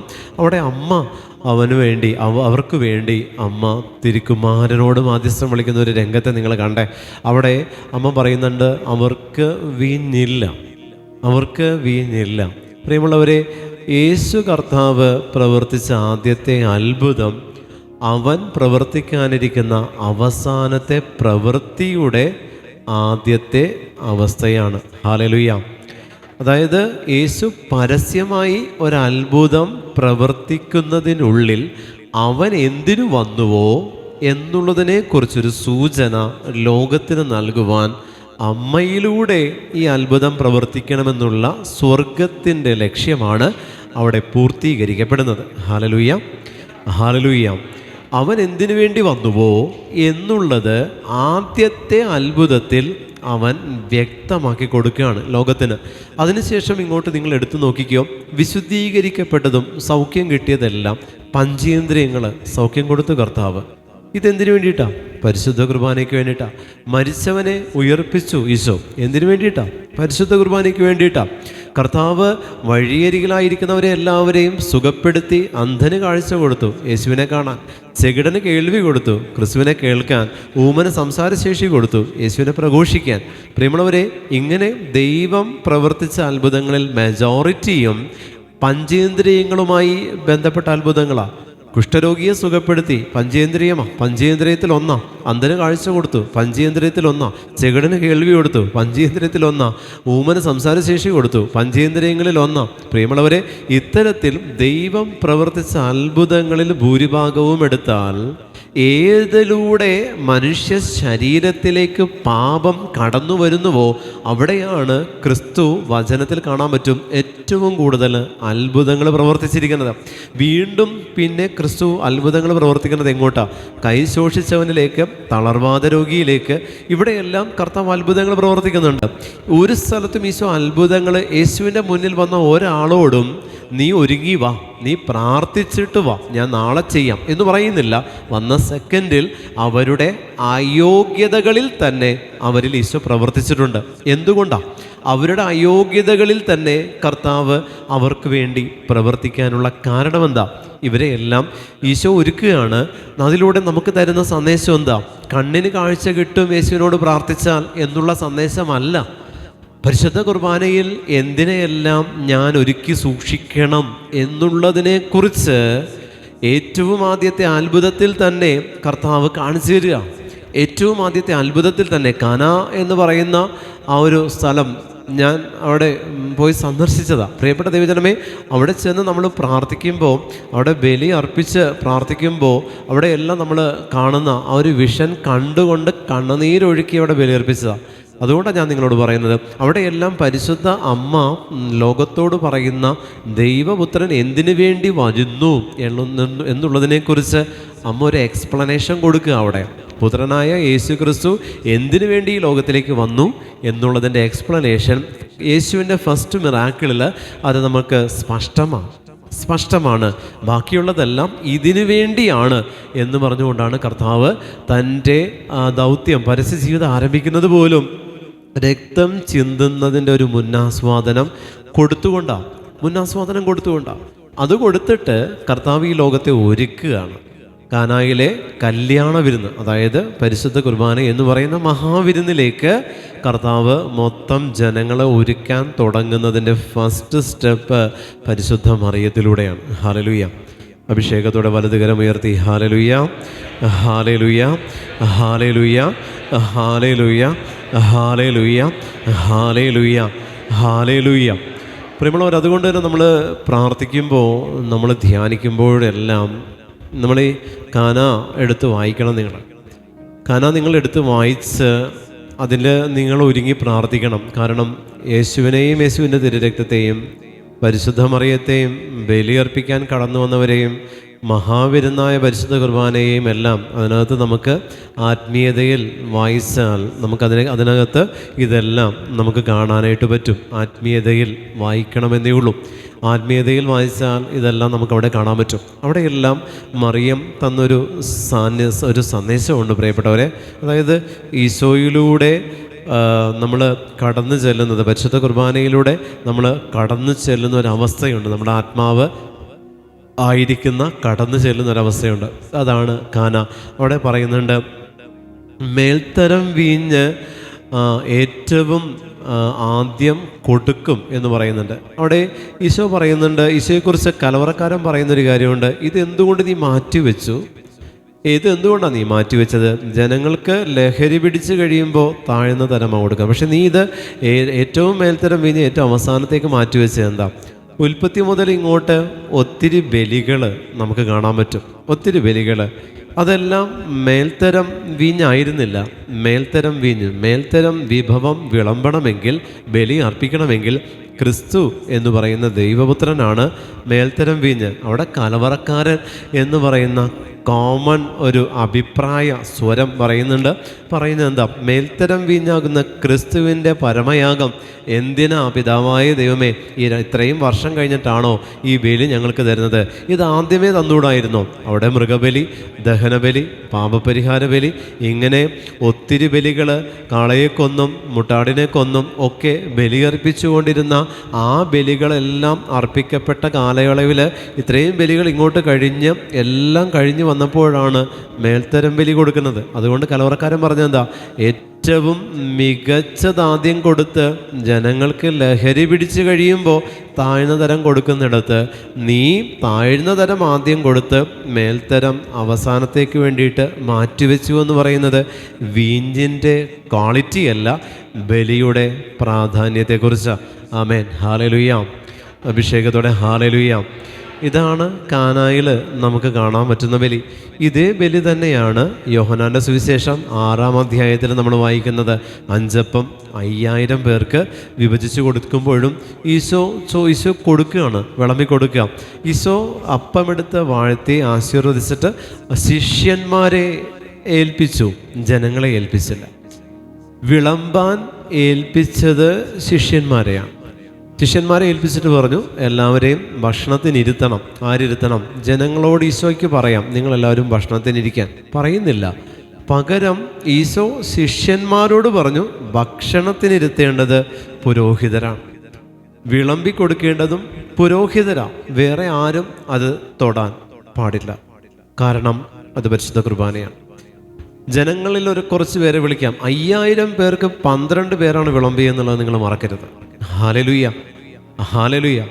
കാരണം അത് പരിശുദ്ധ കുർബാനയാണ്. 5000 പേർക്ക് വിളമ്പാൻ 12 പേരെയേ കർത്താവ് ഏൽപ്പിച്ചുള്ളൂ. ആ ജനങ്ങളിൽ 5000 പുരുഷന്മാർ, ബാക്കി സ്ത്രീയും കുട്ടികൾ എത്രയോ. അതിൽ നിന്ന് കുറച്ച് പേരെ കൂടി വിളിച്ചിട്ട് അവർക്കും കൂടി കൊട്ട കൊടുക്കാം. കൊടുത്തില്ല. തെരഞ്ഞെടുപ്പുണ്ട്. ദൈവവിളിയുടെ പ്രത്യേകത, തെരഞ്ഞെടുക്കപ്പെട്ടവർ മാത്രമേ ആ വിളിയിലേക്ക് പ്രവേശിക്കാൻ പാടുള്ളത്. ദൈവ നിശ്ചയമാണ്. അതുകൊണ്ട് വരുന്നവനും പോരുന്നവനും എല്ലാം എടുത്ത് കൈയിട്ട് വാരാനുള്ളതല്ല പരിശുദ്ധ കുർബാന. അതിന് തിരഞ്ഞെടുക്കപ്പെട്ട, യോഗ്യരാക്കപ്പെട്ട, ഏത് ഡിഗ്രിയും കളക്ട് ചെയ്യുന്നതിനേക്കാൾ കൂടുതൽ വർഷം പഠിച്ച് പാസ്സാവേണ്ട ഒരു തലമുണ്ട്.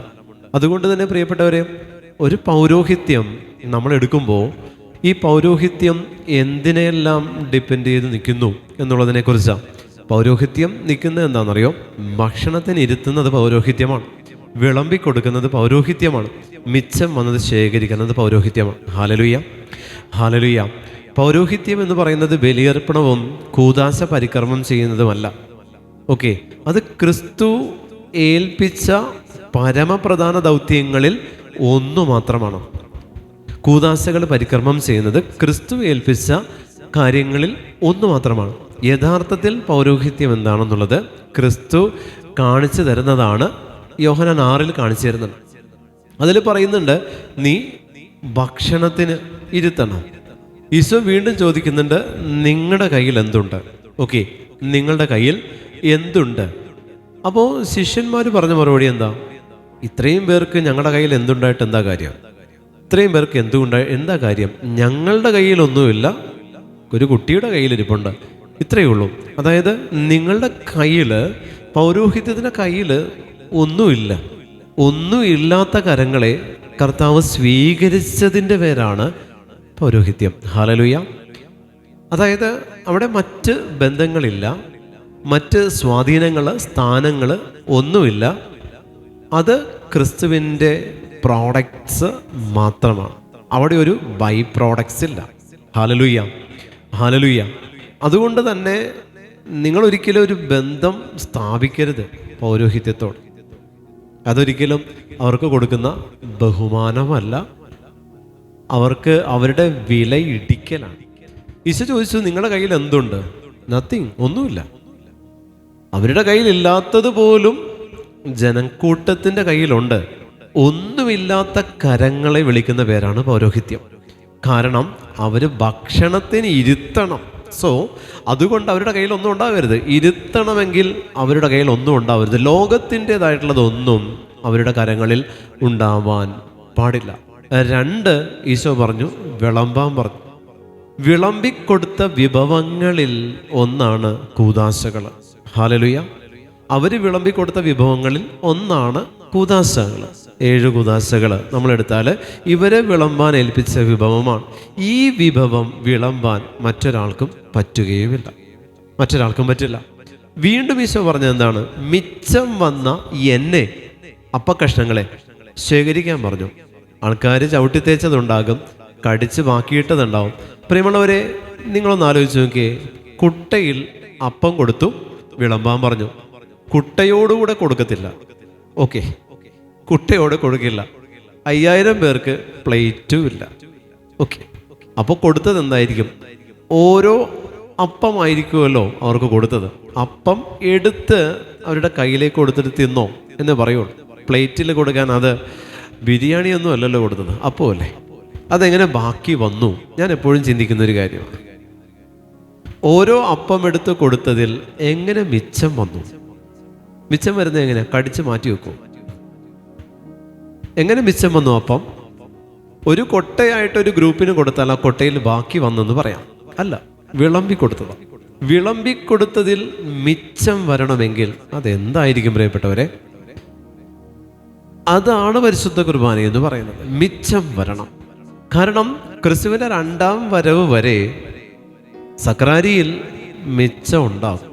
ഹല്ലേലൂയ, ഹല്ലേലൂയ, ഹല്ലേലൂയ. അത് പറ്റത്തില്ല. എത്ര വിളമ്പിയാലും, എത്ര കോടി ജനങ്ങളുണ്ടെങ്കിലും ക്രിസ്തു എന്ന് പറയുന്ന വിഭവം വറ്റില്ല. അത് വിളമ്പുന്ന കരങ്ങളുടെ അഭിഷേകവും അവർ വിളമ്പുന്നതിൻ്റെ രീതിയും അനുസരിച്ച് വറ്റത്തില്ല. വിളമ്പിയ കരങ്ങൾക്കൊരു പ്രത്യേകതയുണ്ട്. പൗരോഹിത്യം എന്ന് പറയുന്ന വിളമ്പിയ കരങ്ങളുടെ പ്രത്യേകത, അവർക്ക് തിരിച്ചെടുക്കാനും പറ്റും. എന്തിനെ തിരിച്ചെടുക്കാൻ? ക്രിസ്തു എന്ന് പറയുന്ന ഏക സത്യ ദൈവത്തെ വിളമ്പാനും വിളമ്പിയതിൽ നിന്ന് തിരികെ വാങ്ങാനും മിച്ചം വന്നതിനെ തിരിച്ചു കൊടുക്കാനുള്ളതാണ്. അതായത് ദൈവത്തിൻ്റെ കൃപ നമ്മൾക്ക് ദൈവം തന്നിട്ടുണ്ടെങ്കിൽ, പ്രിയമുള്ള ദൈവജനമേ, ഈ കൃപകൾ മിച്ചം വരും. പരിശുദ്ധാത്മാവിൻ്റെ ഏതെങ്കിലും ഒരു അഭിഷേകം നിങ്ങളിലുണ്ടെങ്കിൽ ഈ അഭിഷേകം നിത്യകാലത്തേക്ക് എന്നുള്ളതിനേക്കാൾ ഉപരി ഇതിനെ മിച്ചം വരുന്നൊരവസ്ഥയുണ്ട്. ഏത് കൃപകളും മിച്ചം വരും. ഇതിനെയാണ് പരിശുദ്ധ അമ്മ നമുക്ക് തരുന്നത്. ഈ പൗരോഹിത്യത്തിൻ്റെ മധ്യസ്ഥയായി, പുരോഹിതരുടെ നാഥയായി അമ്മ മാറാനും കാരണം മറ്റൊന്നല്ല, അമ്മയാണ് പഠിപ്പിക്കുന്നത്. അമ്മ എന്ന് പറയുന്ന ട്യൂട്ടോറിയലിൽ ക്രിസ്തു തൻ്റെ സെമിനാരി ജീവിതം 30 വർഷക്കാലം കൊണ്ട് അഭ്യസിച്ചു. 30 വർഷക്കാലം ഈശോ ഒരു സെമിനാരിയിലായിരുന്നെങ്കിൽ ആ സെമിനാരി റെക്ടറാണ് പരിശുദ്ധ മറിയം. അതിനുശേഷം കർത്താവ് പൗരോഹിത്യം സ്വീകരിച്ച് 3 വർഷക്കാലത്തെ പൗരോഹിത്യ ജീവിതം ഈശോയുടേത്. അങ്ങനെ നമ്മൾ നോക്കുമ്പോൾ ഓരോ പുരോഹിതൻ്റെയും 13-14 വർഷത്തെ സെമിനാരി ജീവിതം യേശുക്രിസ്തുവിൻ്റെ കൂടെയുള്ള പരിശുദ്ധ അമ്മയുടെ കൂടെയുള്ള യേശുക്രിസ്തുവിൻ്റെ 30 വർഷക്കാലത്തെ ജീവിതവുമായിട്ട് കണക്റ്റഡ് ആണ്. അതുകൊണ്ട് തന്നെ അതിനകത്ത് അമ്മയാണ് അവരെ ഒരുക്കി ആ ഒരു വേഷത്തിനുള്ളിലേക്ക് പുരോഹിതരെ പ്രവേശിപ്പിക്കുന്നത്. മിച്ചം വന്നത് ശേഖരിച്ചപ്പോഴും അവിടെയും പറയുന്നു 12 കുട്ട ബാക്കി വന്നു. ഹല്ലേലൂയ, ഹല്ലേലൂയ, ഹല്ലേലൂയ. 12 കുട്ട ബാക്കി വന്നു. ഇതിനു മുമ്പ് ഈ കുട്ട, അതിനെപ്പറ്റി പറയുന്നില്ല. ഈ കുട്ട എവിടെ നിന്ന് ബാക്കി വന്നു? ഈ കുട്ട എവിടെ നിന്ന് കിട്ടി? ഇതെവിടെ നിന്ന് കിട്ടി? പ്രിയമുള്ള ദൈവജനമേ, ഈ 5 അപ്പം 5000 പേർക്ക് വിഭജിക്കാൻ കർത്താവ് കൊട്ടയും കൊണ്ടല്ല വന്നത്. ഈ വന്നവർ കുട്ടയും കൊണ്ടല്ല വന്നത്. എന്നിട്ടും 12 കുട്ട ബാക്കി വന്നു എന്ന് വിശേഷിപ്പിക്കുന്നുണ്ട്. 12 സ്ലീഹന്മാർക്ക് വേണ്ടി ഈ ബാക്കി വന്ന 12 കുട്ടയിൽ ഒരു കുട്ട വേസ്റ്റാക്കിയതാരാ? യൂദാസ് ഒരു കുട്ട അപ്പം വേസ്റ്റാക്കിയപ്പോൾ അവൻ എന്ത് സംഭവിച്ചു? അവൻ കെട്ടി ഞാന്നു ചത്തു. ഹല്ലേലൂയ. കണക്ക് കൊടുക്കേണ്ടി വന്നു. കണക്ക് കൊടുക്കാൻ അവന് പറ്റാതായി. 12 കുട്ടയിൽ മിച്ചം വന്ന കുട്ടികളുടെ കണക്ക് ചോദിച്ചപ്പോൾ യൂദാസിന് കണക്ക് ബോധിപ്പിക്കാൻ പറ്റുന്നില്ല. കണക്കുകൾ തമ്മിൽ ടാലി ആകുന്നില്ല. കണക്കുകൾ പൊരുത്തക്കേട് വരുന്നു. ബാലൻസും എക്സ്പെൻസും മറ്റതും കൂടി നോക്കുമ്പോൾ ടാലി ആകുന്ന മിച്ചം വന്നതും ഒന്നും ക്യാഷ് ഓൺ ഹാൻഡും അക്കൗണ്ടിലുള്ളതുമായിട്ട് ഒരു തരത്തിലും യൂദാസിന് കണക്ക് ബോധിപ്പിക്കാൻ പറ്റുന്നില്ല. അങ്ങനെ വന്നപ്പോൾ അവൻ്റെ ജീവിതം മരത്തിൽ ഒടുക്കി. ഹാലലുയ. ഉൽപ്പത്തിയിലെ മരത്തിൽ അവൻ തൻ്റെ ജീവിതത്തെ ഒടുക്കി. എന്തുകൊണ്ടാണ്? മിച്ചം വന്ന കുട്ടയുടെ കണക്ക് കൊടുക്കാനായിട്ട് അവന് പറ്റാതായി. ഇത് തന്നെയാണ് കൃപ ലഭിച്ചവർ, പരിശുദ്ധാത്മാവിനെ സ്വീകരിച്ചവർ, വിളി ലഭിച്ചവർ കണക്ക് കൊടുക്കേണ്ടത് സാധാരണക്കാരിൽ നിന്നും എത്രയോ മടങ്ങ് അധികമാണ്. ഹാലലുയ. കാരണം മിച്ചം വന്നവരാണിത്. മിച്ചം വന്ന പേഴ്സൺസ്, വ്യക്തികൾ ആരാണെന്ന് ചോദിച്ചാൽ അത് വിളി ലഭിച്ചവരാ. ഹാലലുയ. മിച്ചം വന്നവരാരാണെന്ന് ചോദിച്ചാൽ അതാണ് വിളി ലഭിച്ചവർ. വിളി ലഭിച്ചവർ മിച്ചം വന്നവരാ. ഈ മിച്ചം വന്ന വിളി ലഭിച്ചവരെ സംബന്ധിച്ച് അവരാണ് ഈ ജനങ്ങൾക്ക് വേണ്ടി ദൈവത്തിന് മുമ്പിൽ കണക്ക് ബോധിപ്പിക്കേണ്ടത്. ഇത് തന്നെയാണ് താലന്തുകളുടെ ഉപമയിലും ഈശോ നമ്മളോട് പറയുന്നത് തന്നെയാണ്. നിങ്ങൾ ഓരോ ധ്യാനം കഴിയും തോറും പ്രിയമുള്ളവരെ, നിങ്ങൾ പിന്നെ എത്തുന്ന ഒരു പൊസിഷനുണ്ട്. വരദാന ധ്യാന അഭിഷേകത്തിൻ്റെ പൊസിഷനിലേക്ക് നിങ്ങൾ എത്തും. നിങ്ങളിവിടെ ഇരിക്കുന്നവരാരും ആദ്യത്തെ ധ്യാനമായിട്ടാണ് ഇത് കൂടുന്നതെന്ന് എനിക്ക് തോന്നുന്നില്ല. ഒത്തിരി ധ്യാനങ്ങൾ കൂടി തഴക്കവും വഴക്കവും വന്നവരാണ് ധ്യാനം കൂടുന്നവർ. ധ്യാനിപ്പിക്കുന്നവരെ ധ്യാനിപ്പിക്കാനുള്ള അറിവ് ലഭിച്ചവരാണ് മിക്കവാറും ധ്യാനങ്ങളിൽ പങ്കെടുക്കാൻ വരുന്നവരല്ല അധികവും.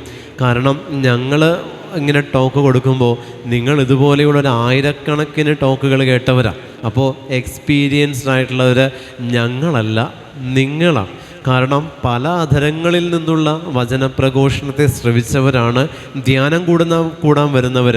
ഞങ്ങൾ ഒരേ വചനം പ്രസംഗിക്കുന്നവരും ഒരു പ്ലാറ്റ്ഫോമിൽ സഞ്ചരിക്കുന്നവരാണെങ്കിൽ നിങ്ങൾ വിവിധ പ്ലാറ്റ്ഫോമുകളിൽ ഇരുന്നു കൊണ്ട് ദൈവവചനം വിളമ്പിയവരെ ഒത്തിരി പേരെ കണ്ട സമൂഹമാണ് നിങ്ങളുടേത്. അതുകൊണ്ട് ഞാനെപ്പോഴും പറയുന്നൊരു കാര്യമുണ്ട്, വചനം കേൾക്കുന്ന ഒത്തിരി തവണ ഒരു 7 ധ്യാനം കൂടിയ വ്യക്തിയാണോ നിങ്ങൾക്കാണ് ധ്യാനിപ്പിക്കാനുള്ള അറിവ് കൂടുതലുള്ളത്. ഹല്ലേലൂയ. കാരണം പല ധ്യാനഗുരുക്കന്മാരുടെ പല പ്രബോധനങ്ങളെ കേട്ട് തഴക്കമുള്ള കാതുകളാണ് നിങ്ങളുടേത്. അതുകൊണ്ട് ധ്യാനിപ്പിക്കുന്ന ഞങ്ങളെ സംബന്ധിച്ച് ഞങ്ങൾക്ക് എത്രയോ കുറവാണ്. നിങ്ങൾ എത്രയോ അഭിഷേകം കണ്ടവരാ, എത്രയോ പേരുടെ അഭിഷേകം കണ്ടവരാ നിങ്ങൾ. അപ്പോൾ ഞങ്ങളെ സംബന്ധിച്ച് നിങ്ങളുടെ മുന്നിലിരിക്കുമ്പോൾ റെസ്പെക്റ്റ്ഫുൾ പേഴ്സൺസ് എന്ന് പറയുന്നത് നിങ്ങളാണ്, ഞങ്ങളല്ല. അതുകൊണ്ടാണ് ഈശോ പറഞ്ഞത് എന്ത്? 5000 പേരെ ഇരുത്ത്, നിങ്ങൾ വിളമ്പ്. ഹല്ലേലൂയ. വിളമ്പുന്നവൻ വിരുന്നിനിരിക്കുന്നവനേക്കാൾ താഴ്ന്നവനാ. വിളമ്പുന്നവൻ വിരുന്നിനിരിക്കുന്നവനേക്കാൾ താഴ്ന്നവനാണ്. വിരുന്നിനിരിക്കുന്നവനാണ് ക്ഷണിക്കപ്പെട്ട അതിഥികൾ. ക്രിസ്തുവിനെ സംബന്ധിച്ച് ക്രിസ്തു മുൻതൂക്കം കൊടുത്തത് ശിഷ്യരേക്കാൾ കൂടുതൽ ഈ ദൈവ ജനത്തിനാണ്. അതുകൊണ്ട് അവരെ ദൈവം ബുദ്ധിമുട്ടിക്കുന്നില്ല. അവരെക്കുറിച്ച് ഓർത്ത് ദൈവത്തിന് അനുകമ്പ തോന്നി. ഇവർ ഇടയനില്ലാത്ത ആടുകളാണല്ലോ എന്നുള്ള തോന്നൽ വന്നു. ഇതൊന്നും ശിഷ്യരെക്കുറിച്ച് ഈശോയ്ക്ക് തോന്നിയിട്ടില്ല. ഹല്ലേലൂയ. കർത്താവിന് വേണ്ടി ഇറങ്ങി നടക്കുന്നവരെക്കുറിച്ച് കർത്താവിനൊരു വിചാരമില്ല പ്രിയപ്പെട്ടവരെ. അതെങ്ങനെ കിടന്നാലും ഏതവസ്ഥയിൽ ഓടിയാലും പട്ടിണി കിടന്നാലും തമ്പുരാനും പുല്ലുവിലയാണ്. നേരെ മറിച്ച് നീ ആർക്ക് വേണ്ടി ഓടുന്നുവോ അവിടെ പട്ടിണിയാണെങ്കിൽ ഈശോ വിളമ്പിയവനോട് പറയും, അവിടെ കിട്ടിയില്ല, ഇവിടെ എത്തിയിട്ടില്ല, അവിടെ അപ്പം കിട്ടിയിട്ടില്ല.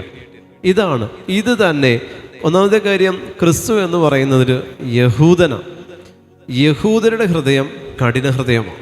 ഓക്കെ, അതുകൊണ്ട് ക്രിസ്തുവുമായിട്ട് ഒരു ശുശ്രൂഷ ജീവിതത്തിന് ഞാനൊരു എഗ്രിമെൻ്റ് സൈൻ ചെയ്താൽ, ഈ അസൈൻമെൻറ്റ് ഞാൻ എടുത്താൽ, അതിൻ്റെ അവസാനം കാണുന്നത് വരെ അവൻ പിടിവിടൂല. ഹല്ലേലൂയ. അവസാനം ഇതിൽ വീഴ്ചകളില്ലാതെ ശുശ്രൂഷ ചെയ്യുന്നവർ ആരും ഉണ്ടാവില്ല. കാരണം മുന്നിൽ വരുന്നത് ആ ജാതി സാധനങ്ങളാണ്. അപ്പോൾ രണ്ട് പറയേണ്ടി വരും, ചിലപ്പോൾ തിരിച്ച് കിട്ടും, ചവിട്ടും തല്ലും തേപ്പും തൊഴിയും എല്ലാം ഉണ്ടാവും. അപ്പോൾ ഇതെല്ലാം കിട്ടി ശുശ്രൂഷയെല്ലാം ചെയ്ത് അവിടെ ചെല്ലുമ്പോൾ കർത്താവ് പറഞ്ഞൊരു വചനമുണ്ട്. അപ്പോൾ നമ്മൾ അവിടെ ചെന്ന് എന്ത് പറയും? കർത്താവേ, നിൻ്റെ നാമത്തിൽ ഞങ്ങൾ പിശാചുക്കളെ പുറത്താക്കിയിട്ടുണ്ട്, നിൻ്റെ നാമത്തിൽ ഞങ്ങൾ രോഗികളെ സുഖപ്പെടുത്തിയിട്ടുണ്ട്, നിൻ്റെ നാമത്തിൽ ഞങ്ങൾ എന്തെല്ലാം ചെയ്തിട്ടുണ്ട്. അപ്പോൾ ഈശോ പറയും, I don't know who you are. നിങ്ങൾ ആരാണെന്ന് എനിക്കറിയാൻ പാടില്ല മക്കളെ. ഇതാണ് ശുശ്രൂഷകൻ്റെ കൂലി. ഹല്ലേലൂയ, ഹല്ലേലൂയ, ഹല്ലേലൂയ, ഹല്ലേലൂയ. ഇതാണ് അവസാനം വെച്ചിരിക്കുന്ന കൂലി. ഇതാണ്, ഇതിനു വേണ്ടിയിട്ടാണ് ഈ ഓടണേ. കാരണം ഇത് ഓട്ടത്തിൽ വീഴ്ചകളുണ്ട്, തെന്നി വീഴുന്നുണ്ട്, കല്ല് തട്ടി വീഴുന്നുണ്ട്. ദാവീദിൻ്റെ കയ്യിൽ കല്ല് കൊടുത്തിട്ട് പറഞ്ഞ് എറിയാൻ പറഞ്ഞു. പക്ഷേ ഇന്ന് ഈ കാലഘട്ടത്തിൽ ശുശ്രൂഷകർ ആ കല്ല് തട്ടിയാണ് വീഴുന്നതെന്നുള്ളതാണ് ഏറ്റവും രസകരമായിട്ടുള്ള വസ്തുത. അതുകൊണ്ടാണ് ഇവിടെ മറിയത്തിൻ്റെ പ്രസക്തിയുള്ളത്. അവിടെ പരിശുദ്ധ അമ്മ ശുശ്രൂഷകരെ വാർത്തെടുക്കുക. നിങ്ങളൊരു 7-8 ധ്യാനം അടുപ്പിച്ചു കൂടിയിട്ടുണ്ടെങ്കിൽ അതിൻ്റെ അർത്ഥം നിങ്ങൾ കൃപ സ്വീകരിച്ചവരാണ്. കൃപ സ്വീകരിച്ചവരെ സംബന്ധിച്ച് എന്താ പറയുക, ഈക്വൽ ടു ഒരു പ്രീസ്റ്റ് ഒരെണ്ണാണ്, അല്ലെങ്കിൽ അത് എന്താ പറയുക, ഒരു ശുശ്രൂഷകന് തുല്യമായിട്ടുള്ള അവസ്ഥയിലേക്ക് നിങ്ങൾ എത്തിയിട്ടുണ്ട്. ഓക്കെ, അതുകൊണ്ട് നിങ്ങളും പിന്നെ അങ്ങോട്ട് നിങ്ങൾ കൂടിയ ശുശ്രൂഷകളിൽ നിന്ന് കിട്ടിയ അറിവുകൾ ഒരിക്കലും നിങ്ങൾക്കുള്ളതല്ല. ഹല്ലേലൂയ, ഹല്ലേലൂയ, ഹല്ലേലൂയ. കൂടിയ ശുശ്രൂഷകളിൽ നിന്നുള്ള അറിവ് ഒരിക്കലും നിങ്ങൾക്കുള്ളതല്ല, നിങ്ങൾ പകർന്നു കൊടുക്കാനുള്ളതാണ്, മറ്റുള്ളവർക്ക് പകർന്നു കൊടുക്കാനുള്ളതാണ്. അങ്ങനെ പകർന്നു കൊടുത്തിട്ടില്ലെങ്കിൽ നിങ്ങളും ഇതുപോലെ തന്നെ കണക്ക് കൊടുക്കേണ്ടി വരും. കാരണം ഏറ്റവും നല്ല ഡോക്ടർ ആരാണെന്നറിയോ? എക്സ്പീരിയൻസ്ഡ് പേഷ്യൻ്റാണ് ഏറ്റവും നല്ല ഡോക്ടർ. ഓക്കെ, ഒരു നല്ല പേഷ്യൻ്റാണ് ഏറ്റവും നല്ല ഡോക്ടർ. എനിക്കിപ്പോൾ ഒരു അസുഖം, ഒരു 10 വർഷമായിട്ട് ഒരു അസുഖമാണെങ്കിൽ ആ ഒരു അസുഖത്തിൽ ഞാൻ PhD എടുത്താണ്, ഡോക്ടറേറ്റ് എടുത്താണ്. ഏതെല്ലാം മെഡിസിൻസ് കഴിക്കുന്നുണ്ട്, ഏതെല്ലാം ടെസ്റ്റ്, ഏതെല്ലാം ബ്ലഡ് ചെക്കപ്പ്, ഏതെല്ലാം സ്കാനിങ്, അതിൻ്റെ പേരുകൾ, അതിൻ്റെ സൈഡ് എഫക്ട്സ് കംപ്ലീറ്റ് ഡോക്ടറിനേക്കാൾ നന്നായിട്ട് ഈ പേഷ്യൻറ്റിന് വൃത്തിയായിട്ട് അറിയാൻ പറ്റും. ഹല്ലേലൂയ, ഹല്ലേലൂയ, ഹല്ലേലൂയ. ഡോക്ടർ ഈ രോഗിയായിരിക്കും ചികിത്സിച്ചേക്കണമെങ്കിൽ ഈ രോഗി ഇതുപോലത്തെ ഒരുപാട് ഡോക്ടർമാരെ കണ്ടിട്ടും ഉണ്ടാവും. അപ്പോൾ ഏറ്റവും നല്ല ഡോക്ടർ പേഷ്യൻ്റാണ്. ഒരു പേഷ്യൻ്റാണ് ഏറ്റവും നല്ല ഡോക്ടർ. ഇതേ അസുഖം വേറൊരാൾക്ക് വന്നാൽ നമുക്ക് സജസ്റ്റ് ചെയ്യാൻ പറ്റും, ഇതൊക്കെയല്ലേ സിംറ്റംസ്, ഇതൊക്കെയല്ലേ നിൻ്റെ പ്രശ്നം, ഈ മെഡിസിൻ കഴിച്ചാൽ മതി എന്ന് പറയാൻ പറ്റുന്ന രീതിയിൽ ഒരു എക്സ്പീരിയൻസ്ഡ് ഡോക്ടർ ആവണമോ? നിങ്ങൾ നല്ല പേഷ്യൻ്റ് ആവണം. പേഷ്യൻ്റ് ആകണമോ? നിങ്ങൾക്ക് നല്ല പേഷ്യൻസ് വേണം. Hallelujah, hallelujah. അതായത് പാപികളെയാണ് ഞാൻ തേടി വന്നിരിക്കുന്നതെന്ന് ഈശോ പറയാൻ കാരണം എന്താ? ഒരു പാപിക്കാണ് മറ്റൊരുവൻ്റെ പാപാവസ്ഥയെ തിരിച്ചറിയാൻ പറ്റുള്ളൂ. ഒരു പാപിക്ക് മറ്റൊരുവൻ്റെ പാപാവസ്ഥയെ തിരിച്ചറിയാൻ പറ്റുള്ളൂ. ഒരു നീതിമാന് ഒരിക്കലും മറ്റൊരുവൻ്റെ പാപാവസ്ഥയെ തിരിച്ചറിയാൻ പറ്റില്ല. അതുകൊണ്ടാണ് ഈശോ പറഞ്ഞില്ലേ, ഞാൻ ബുദ്ധിമാന്മാരിൽ നിന്നും വിവേകികളിൽ നിന്നും മറച്ചു വെച്ച നിധിയാണ് കൃപ എന്ന് പറയുന്നത്. Hallelujah, hallelujah. നമ്മൾ വിചാരിക്കുക നമ്മൾ പൊട്ടനെ പോലെ ഇരിക്കണമെന്നാണോ? അല്ല. അൽമായനെ നിങ്ങൾ എടുത്തു നോക്കിക്കോ, അൽമായ ശുശ്രൂഷകരെ ഞങ്ങളെപ്പോലെ സകല കുരുത്തക്കേടിലൂടെയും കർത്താവ് വിടും. ചെയ്യാത്ത കുരുത്തക്കേടൊന്നും ബാക്കി ഉണ്ടാവില്ല. ആ കുരുത്തക്കേടിലൂടെ എല്ലാം വിട്ട് നല്ല എക്സ്പീരിയൻസ്ഡ് പാപിയായി കഴിയുമ്പോൾ അവൻ വരും, തൊട്ട് വിളിച്ചാൽ പിന്നെ ആ പാപാവസ്ഥയിലേക്ക് തിരിഞ്ഞോട്ടമില്ല. ഈ പാപാവസ്ഥയിൽ നിന്ന് വന്നവൻ ഈ പാവമല്ലേ, നമ്മുടെ മുന്നിൽ ഒരാൾ വരുമ്പോൾ ഇത് ഞാൻ പണ്ട് ചെയ്തിട്ടുണ്ട്, ഇതെനിക്കറിയാം, നീ അത്രയും പറയണ്ട എന്ന് പറയാൻ പറ്റുന്ന തരത്തിൽ ഏത് ഡിപ്പാർട്ട്മെൻറ്റിലും കൈവെക്കാനുള്ള ഒരഭിഷേകം അവന് കൊടുക്കും. 12 ശിഷ്യന്മാരിൽ ആരുണ്ട് പ്രിയപ്പെട്ടവരെ? മേന്മ പറയാൻ പറ്റിയത് ആരുണ്ട്? എല്ലാത്തിനെയും കർത്താവ് പൊക്കിയത് കടൽ തീരത്ത് നിന്നും വല നെയ്യുമ്പോൾ, അപ്പൻ്റെ കൂടെ ഇരിക്കുമ്പോഴും വള്ളത്തിലിരിക്കുമ്പോഴെല്ലാം എൻ്റെ പുറകെ പോര്, ഞാൻ നിന്നെ മനുഷ്യരെ പിടിക്കുന്നവരാക്കാം എന്ന് പറഞ്ഞ് വിളിച്ച ക്രിസ്തുവിൻ്റെ ഉദ്ദേശ ലക്ഷ്യം എന്താ? അനേകർക്ക് വേണ്ടി ഇറങ്ങണമെങ്കിൽ അനേകരുടെ കണ്ണുനീരും എന്താ പറയുക ജീവിതവും പഠിച്ചവരെയാണ് ഈശോയ്ക്ക് ആവശ്യം. ഡിപ്ലോമയും ഡിഗ്രിയും PhD ഉള്ളവരെ കർത്താവ് നോക്കാത്തതിന് കാരണം നീതിമാന്മാരെ അല്ല കർത്താവ് നോക്കുന്നത്. 99 നീതിമാന്മാരെ അവൻ വെറുതെ വിട്ടവനാണ്. അതായത് ഞാനില്ല നിങ്ങളുടെ ഇടയ സ്ഥാനം ഏറ്റെടുക്കാൻ എന്ന് പറഞ്ഞുകൊണ്ട് 99നെയും വിട്ട് നഷ്ടപ്പെട്ടതിൻ്റെ പുറകെ പോകുന്ന ദൈവമാണ്. ഏതെങ്കിലും ഒരു വ്യക്തിയെ പുറകെ അയച്ചതല്ല. ഇടയൻ ഈ 99നെയും കൂടെ ഇരുന്നിട്ട് മറ്റൊരാളെ ഇങ്ങനെ ഒരിടം നഷ്ടപ്പെട്ടിട്ടൊന്ന് പോയി നോക്ക് എന്ന് പറയുന്നതല്ല. ഞാൻ വന്നാൽ ഈ 99 പാപത്തിൽ പോകുക, അല്ലെങ്കിൽ അതും നഷ്ടപ്പെടും എന്ന് പറഞ്ഞുകൊണ്ട് അവരെ പ്രൊട്ടക്റ്റ് ചെയ്യുന്നവനല്ല ദൈവം. കാരണം ദൈവത്തെ അറിയാവുന്നവൻ പാപത്തിൽ വീഴാതിരിക്കാൻ ദൈവം അവന് വേണ്ടി ഒന്നും ചെയ്യില്ല. ദൈവത്തെ അറിയാവുന്നവനെ സംബന്ധിച്ച് പാപത്തിൽ വീഴാതിരിക്കാതിരിക്കേണ്ടതിൻ്റെ ഉത്തരവാദിത്വം അവനിൽ തന്നെയാണ്. ഹല്ലേലൂയ, അഭിഷേകത്തോടെ ഹല്ലേലൂയ, ഹല്ലേലൂയ. അതുകൊണ്ടാണ് പരിശുദ്ധ മറിയം കാനായിൽ നമുക്ക് കാണിച്ചു തന്നത് അവർക്ക് വീഞ്ഞില്ല. ഇതാണ് ശുശ്രൂഷകൻ, ഇതാണ് ശുശ്രൂഷകൻ. അമ്മ പറഞ്ഞു അവർക്ക് വീഞ്ഞില്ല. ഇവിടെ ശിഷ്യന്മാരോട് കർത്താവ് പറഞ്ഞെന്താണ്? അവർ ഇത്രയും ദിവസമായി അവരെന്നോട് കൂടെയാണ്, അവരൊന്നും ഭക്ഷിക്കുകയും പാനം ചെയ്യുകയും ചെയ്തിട്ടില്ല, അവർക്ക് ഭക്ഷിക്കാൻ കൊടുക്കണം. ഇവിടെ ഈശോ പറഞ്ഞു, അവിടെ പരിശുദ്ധ മറിയം പറയുന്നുണ്ട്, ഈ ശിഷ്യന്മാർ ഈ ഒരു കാര്യം ഏറ്റെടുത്ത് ഈശോയെ ധരിപ്പിക്കുന്നില്ല. പകരം അവർ എന്താ ചെയ്തത്?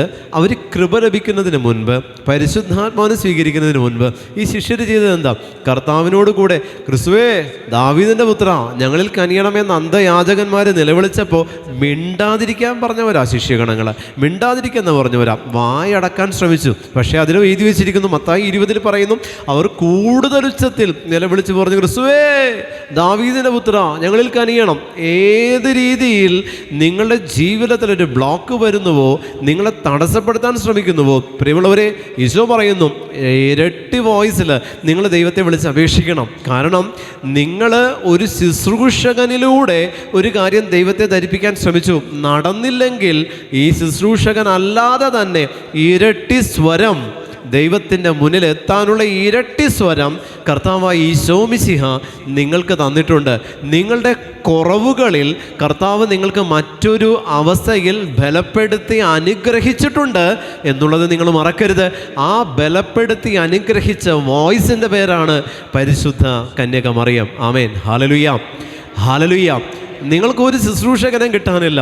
എൻ്റെ ഈ ചോദ്യത്തിന് ഒരു കൈവപ്പ് കിട്ടാൻ, ഒരു ബന്ധന പ്രാർത്ഥന കിട്ടാൻ, എൻ്റെ മകനെ ഒന്ന് നേർവഴിക്ക് നടത്താൻ ഒരു ഉപദേശം കിട്ടാൻ ഇങ്ങനെ ഒരു ആരുമില്ല.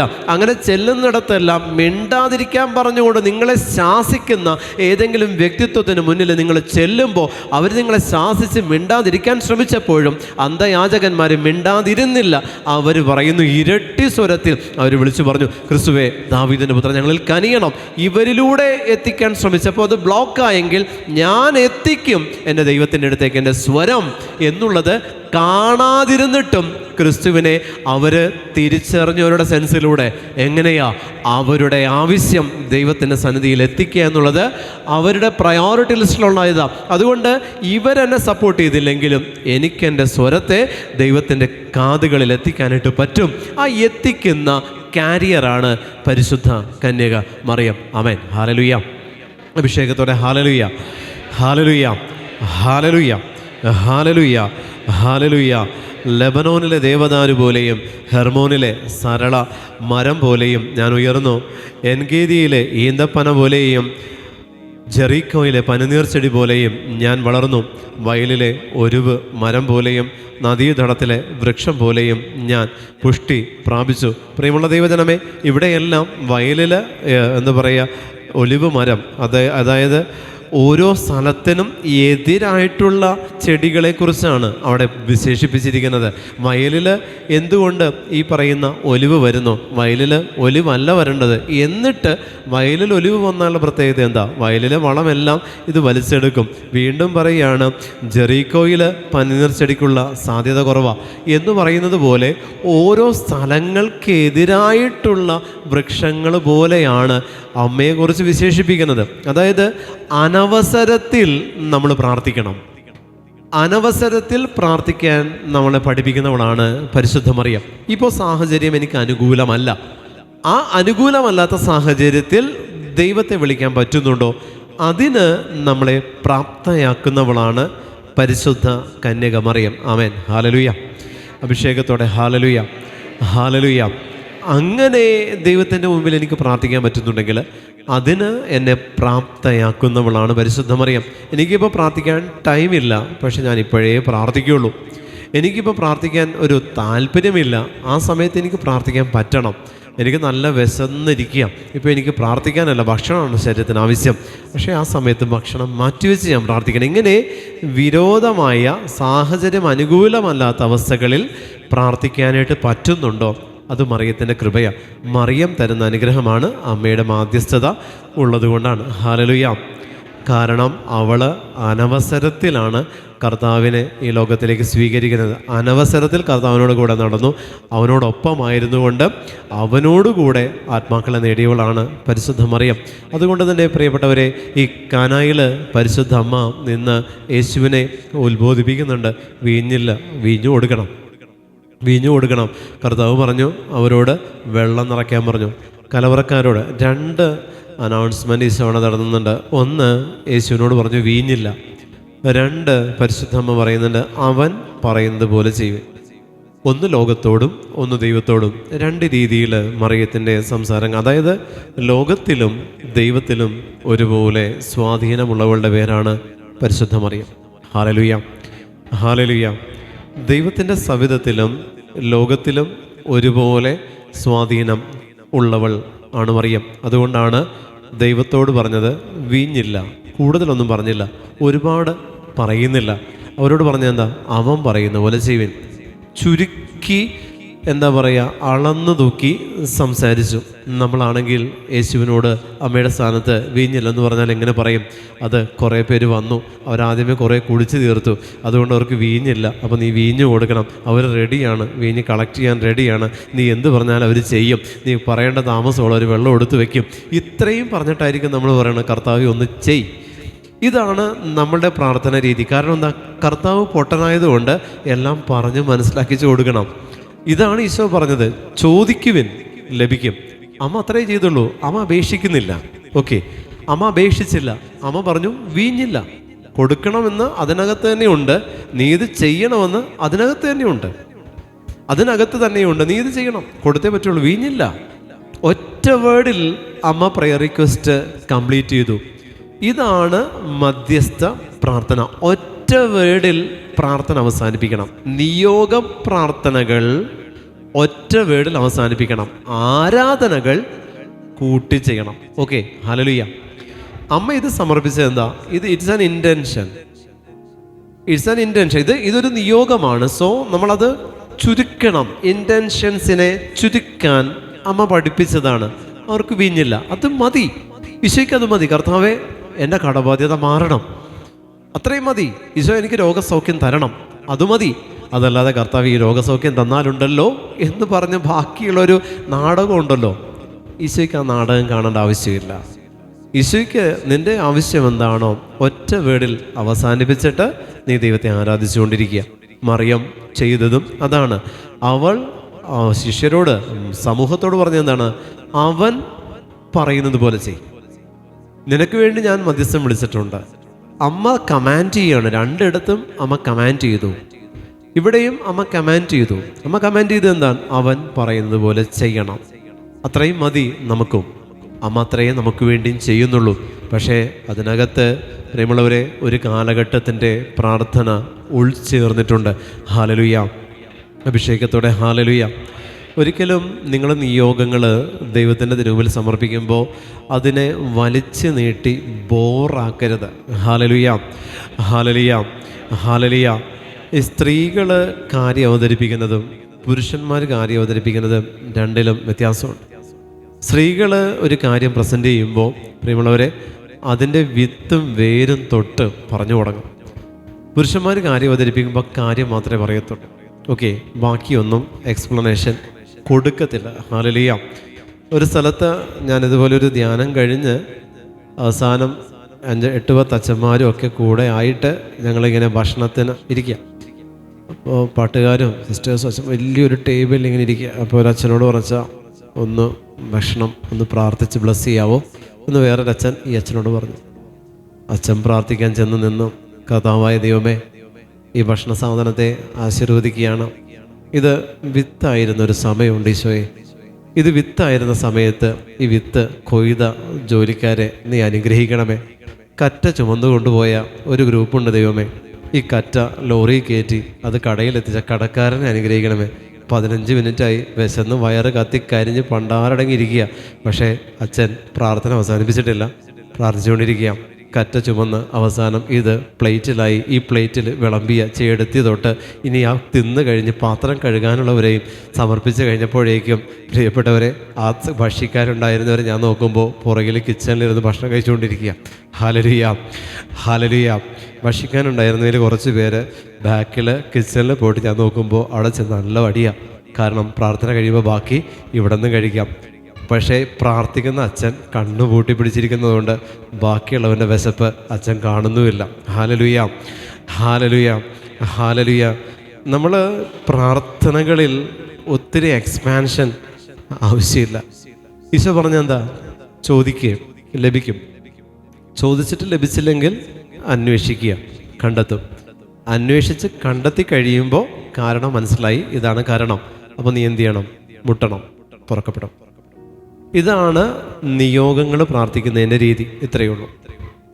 കാനാൻകാരി സിറോഫിനീഷ്യൻ സ്ത്രീ യേശുവിൻ്റെ അടുത്ത് വന്ന് പറഞ്ഞു, അശുദ്ധാത്മാവ് ബാധിച്ചൊരു മകൾ എനിക്കുണ്ട്, നീ അവളെ സുഖപ്പെടുത്തണം. ഈശോ പറഞ്ഞെന്താ? മക്കളുടെ അപ്പം എടുത്ത് നായ്ക്കൾക്ക് ഇട്ട് കൊടുക്കുന്നത് ഉചിതമല്ല. കാരണം അവിടെ എഴുതി വെച്ചിരിക്കുന്നു, അവൾ കേണപേക്ഷിച്ചു. യേശുവിനോട് കേണപേക്ഷിച്ചപ്പോൾ ഈശോയ്ക്ക് അത് ഇഷ്ടപ്പെട്ടില്ല. അങ്ങനെയല്ല പ്രാർത്ഥിക്കേണ്ടത്. അതുകൊണ്ട് ഈശോ അവളെ നായയ്ക്ക് തുല്യമാക്കി. കേണപേക്ഷിക്കുന്നത് മക്കളല്ല, നായ്ക്കളാ. നമ്മൾ എന്തിനാ നായ്ക്കളാകണേ? യേശുവിൻ്റെ മുൻപിൽ ചോദിക്കണം. പരിശുദ്ധ അമ്മ ചോദിച്ചിട്ടുണ്ടല്ലേ, വീഞ്ഞില്ല, ശരിയാക്കും എന്ന് പറഞ്ഞുകൊണ്ട് അമ്മ ചോദിക്കുക, വീഞ്ഞില്ല, ആജ്ഞാപിക്കുക. കാരണം എൻ്റെ അപ്പനോടാണ് ഞാൻ ചോദിക്കണത്. എന്തിനാ ഞാൻ നീട്ടി കുറുക്കി ഇങ്ങനെ വലിച്ചു നീട്ടണേ? പ്രിയപ്പെട്ടവരെ, ഒറ്റ വേർഡ് മതി. അത് കേൾക്കാത്തതിൻ്റെ കാരണം അന്വേഷിക്കുക. അതാണ് ഈശോ പറഞ്ഞത്, അന്വേഷിക്കുക, കണ്ടെത്തും.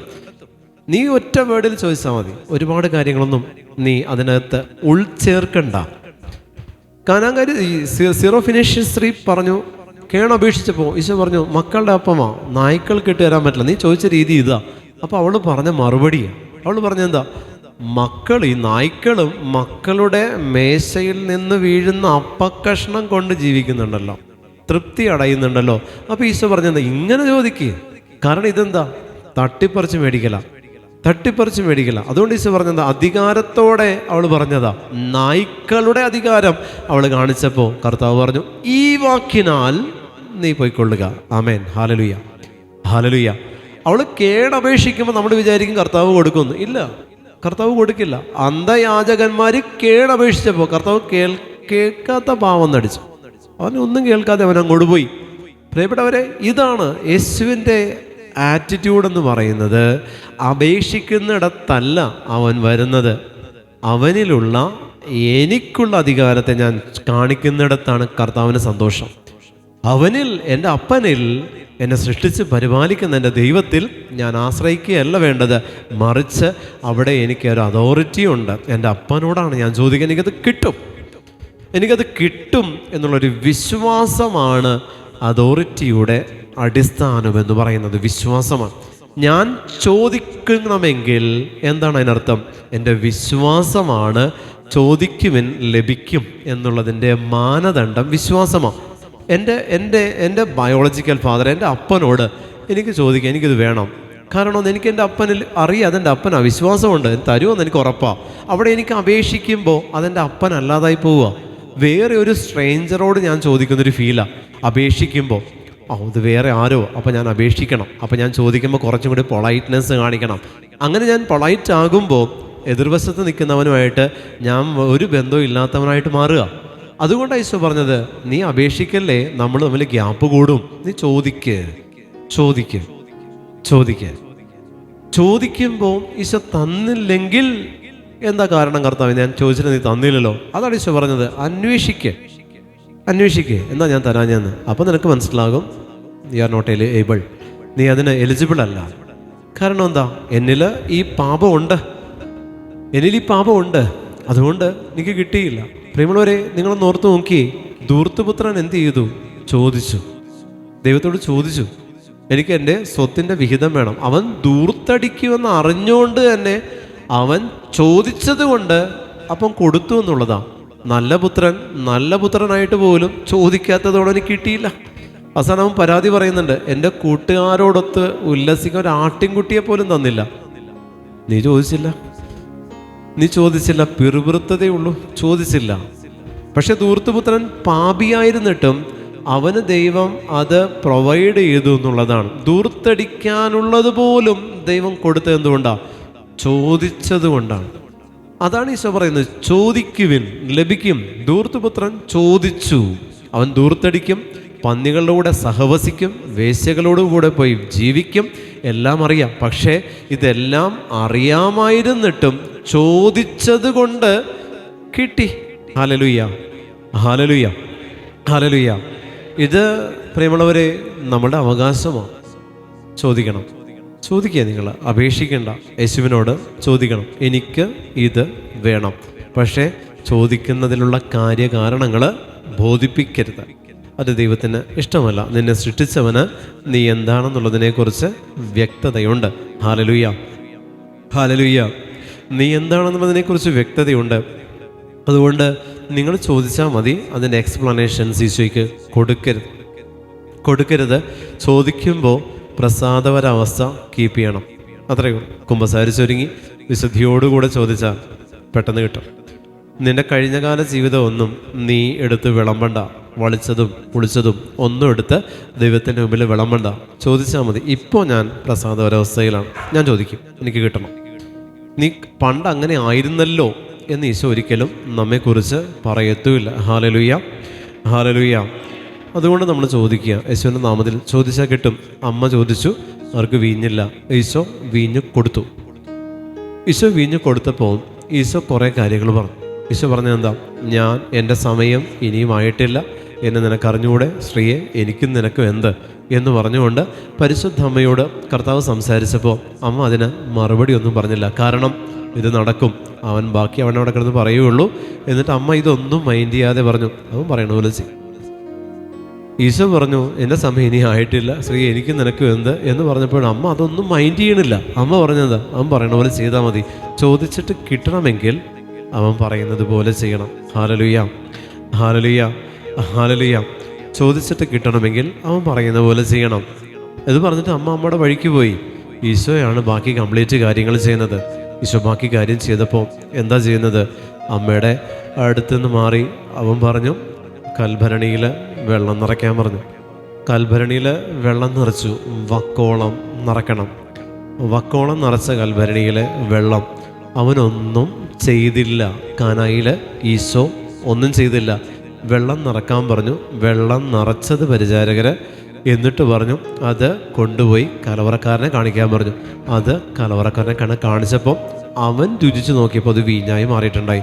ഈശോ ഇത് വീഞ്ഞായിട്ട് മാറട്ടെ എന്ന് ബ്ലെസ് ചെയ്തിട്ടില്ല. കർത്താവ് വന്നിട്ട് അവിടെ ഒരു ബന്ധന പ്രാർത്ഥന നടത്തിയിട്ടില്ല.